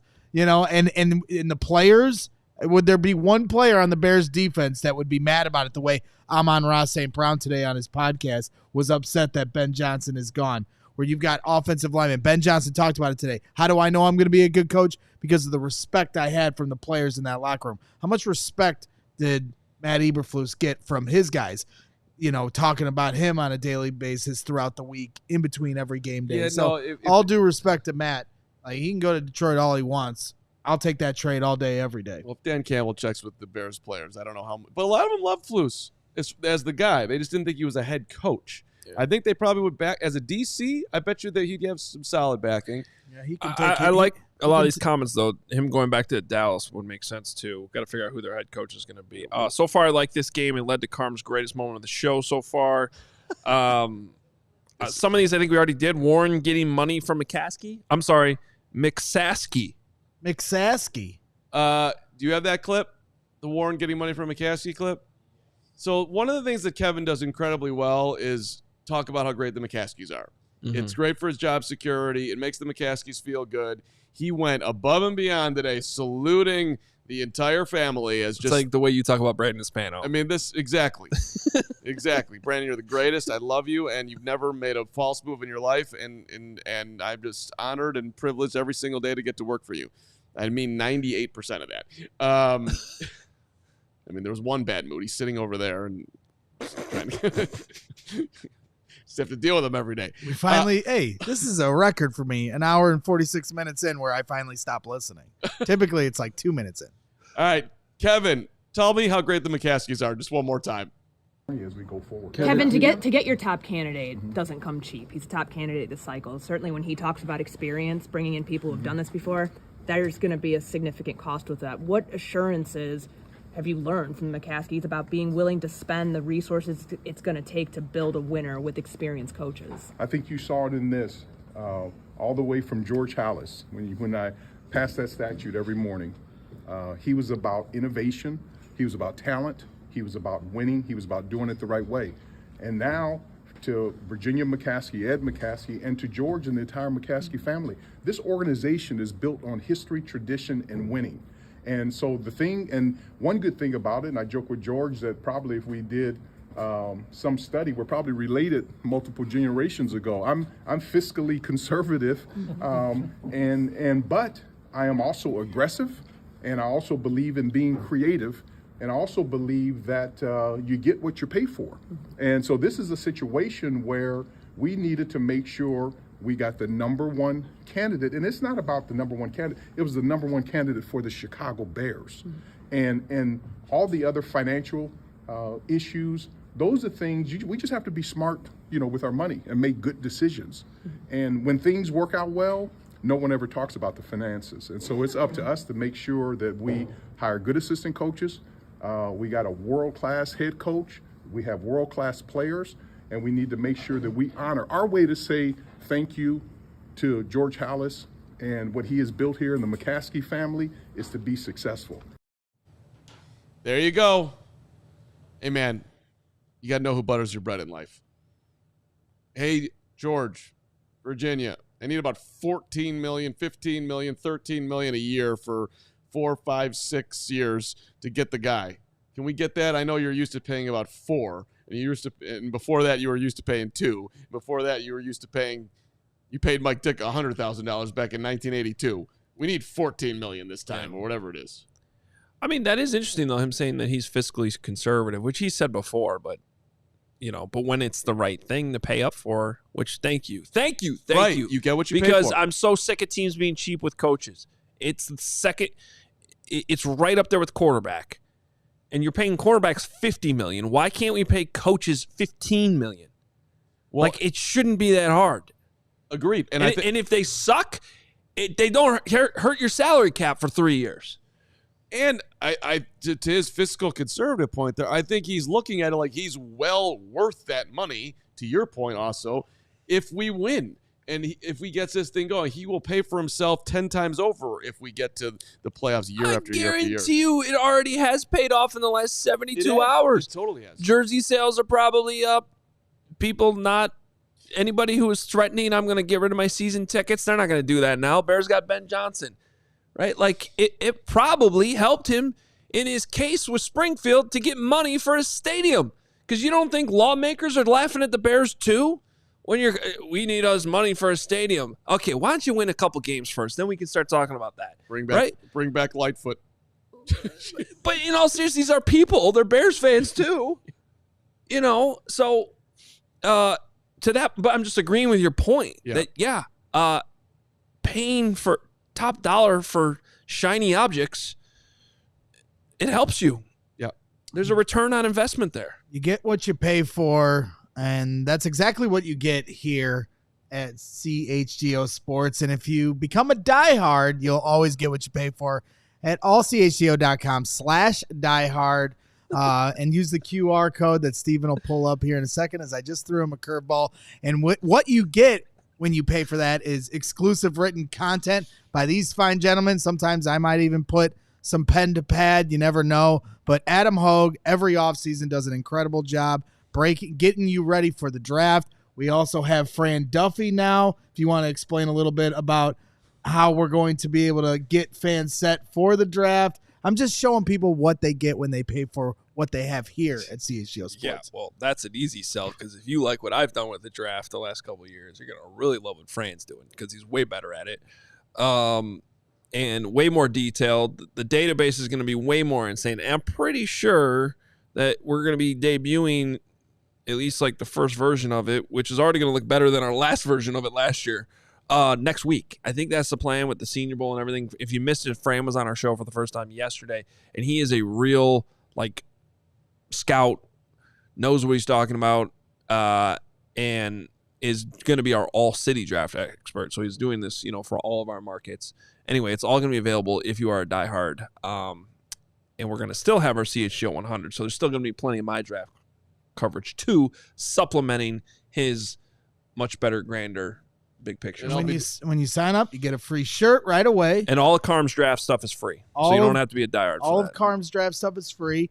You get discount on events. We're going to have another draft party this year. So the off-season home of the Chicago Bears right here at CHGO Sports. Listen, my full breakdown on all 6 passes of Tyson Bagent will be a diehard only thing. But my draft stuff will be free, and I will be breaking down Scattaboo for all the Scataboos out there to the 10th power, because we need Scattaboo like everybody else out there. Maybe we'll have to go second round to bring in the boo. Bring in the boo, Scattaboo. That'll be the piece. And again, that's free. Bring in the boo, Scattaboo. All boo. right. I think it's supers. Scattaboo. Yes, supers. Super boo. Isaiah Collins, $2. I'm reading Wisdom of the Bullfrog. What was the new book today? He's got a new book. Someone mentioned a book today? Yes. I missed that? Yes. Who did? Polls on his interview on the radio. He's got a new book. Hold on, because I was texting people about while you do that, Yeah. Wisdom of the Bullfrog, in reference to what Poles was talking about in training camp, which I really enjoyed. I actually read that, and I read the other one too. Make Your Bed. I think it's something. I should remember the full title of it. But anyway, they're both really good. I even sent some of it to Greg. And I'm going to be writing my own book called Wisdom of a Meatball. What is the last book you've read? Someday. I was actually reading a book to my daughter last night. Which one? Dr. Seuss? I don't know what the name of it was. He couldn't read it. He's reading Upstream, The Quest to Solve Problems by Dan Heath. That's his new book. We all have a tendency to work around our problems. We are resourceful. We improvise. We are so accustomed to managing experiences they strike that we often don't stop to think about how we could prevent crises before they happen. He's reading a book on how to prevent crises before they happen. Well, it already happened. It's called the 2024 Bears. The house is on fire. You were not upstream. You Please were save downstream us. on this one. But, hey, the next crisis is coming, and you're reading upstream. Bring that over here. You're always a day away from another crisis. Joseph Sangiovanni, $25 CHF. Swiss francs.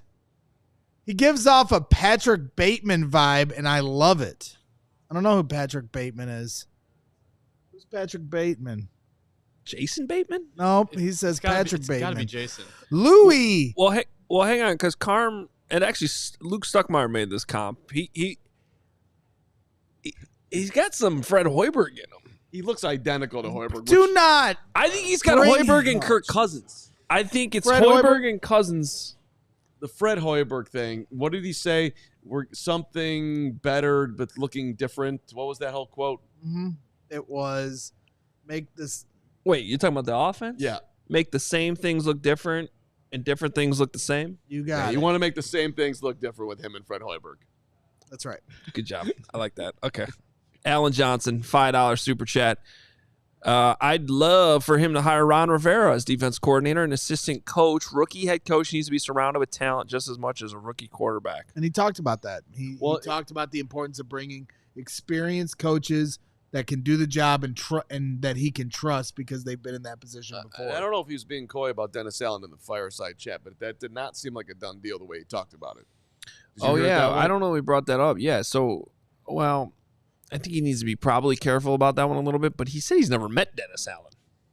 Correct. That's what stood out to me. It wasn't that he just downplayed it a little bit. Same thing. When you guys sent that in, I was like, man, because like one of our criteria is like, hey, man, you got to be able to build a good coaching staff. And as of right now, he hasn't hired anyone on his coaching staff.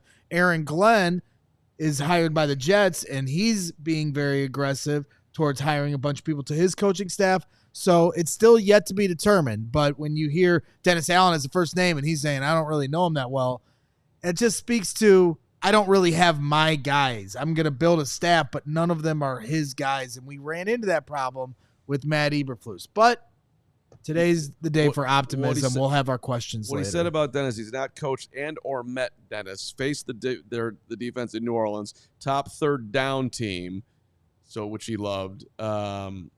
But he said that he worked with Glenn and Campbell, and both speak very highly of him as far as Dennis goes. But he also said it's a number of candidates. He was pleased about the amount of people who reached out on the staff.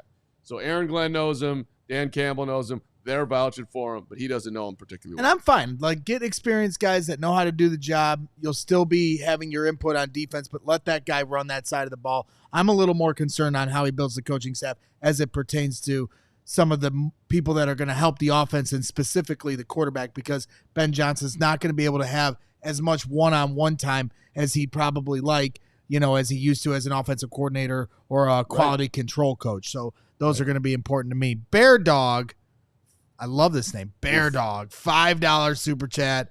Bear Dog with a cat in his profile picture. Fireside chat was coined. This is a history lesson. Fireside chat was coined by FDR when he was by his fireplace when he addressed the public. This is the New Deal era for the Bears. Bear down. A little history lesson.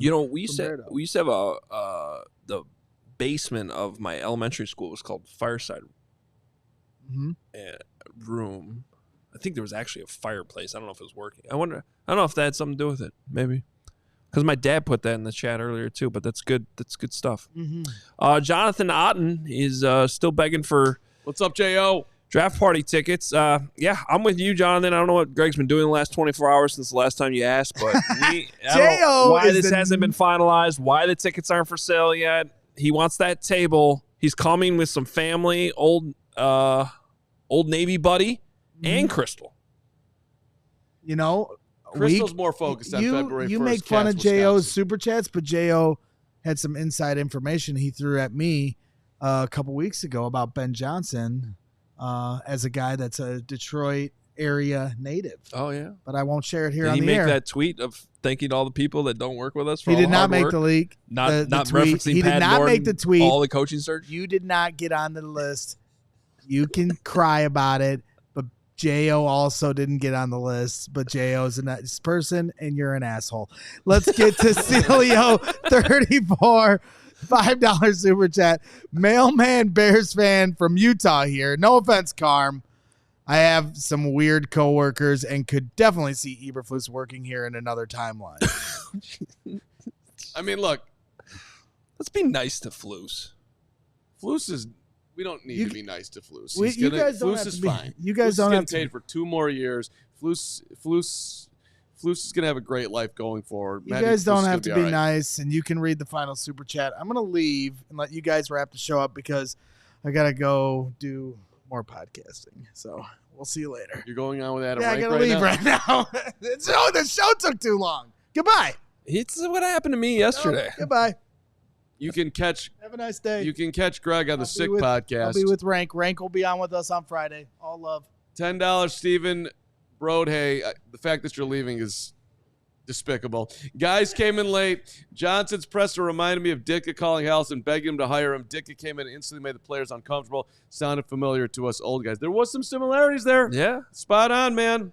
Greg, your thoughts? Greg? Oh, okay. Let's go to an exclusive shot of Greg Braggs responding to that super chat. He'll be on the Sick Podcast with Adam Rank. I do like the fact that if that story is true that George told, that the first thing that came out of his mouth was, I want this job. And then the last thing that end the Zoom call was, did I tell you I want this job? That's hot. That's straight hot. This isn't the White Sox having to convince Robin Ventura to just be a coach in general. Speaking of the White Sox, shout out Connor McKnight. Way to go, buddy. You are a dominating individual going over from the radio to the TV. He'll be the TV voice in a year, is my prediction, which he should have been a year ago. Oh, we're still live? That's a great prediction. Yeah, that's my bold prediction. Yours, Flus goes to Detroit. Mine is Connor McKnight. Gets me watching White Sox games a year from now.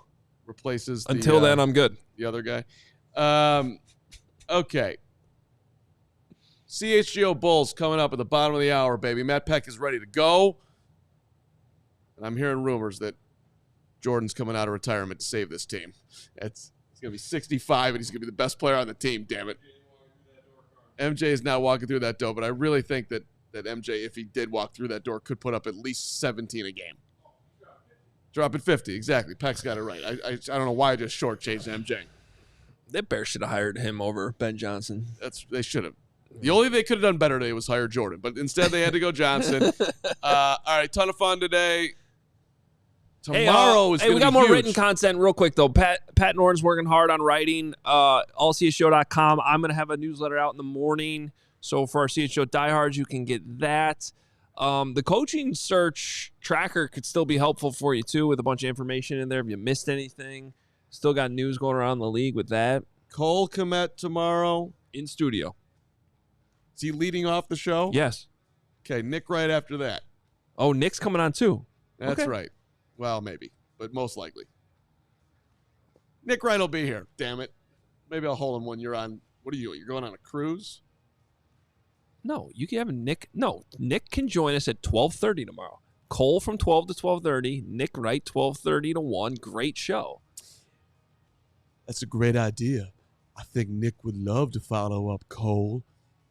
And I also feel like the Bears crossed a barrier today that they have not been able to bamboozle in a billion years. So we'll see you at the Super Bowl, Chicago. And I'll be there because, he's a Carolina guy. I like this Ben Johnson. Mm-hmm. Anybody who puts on the Tar Heel blue, I'm good with. We'll see you tomorrow. We all silly like the mayor.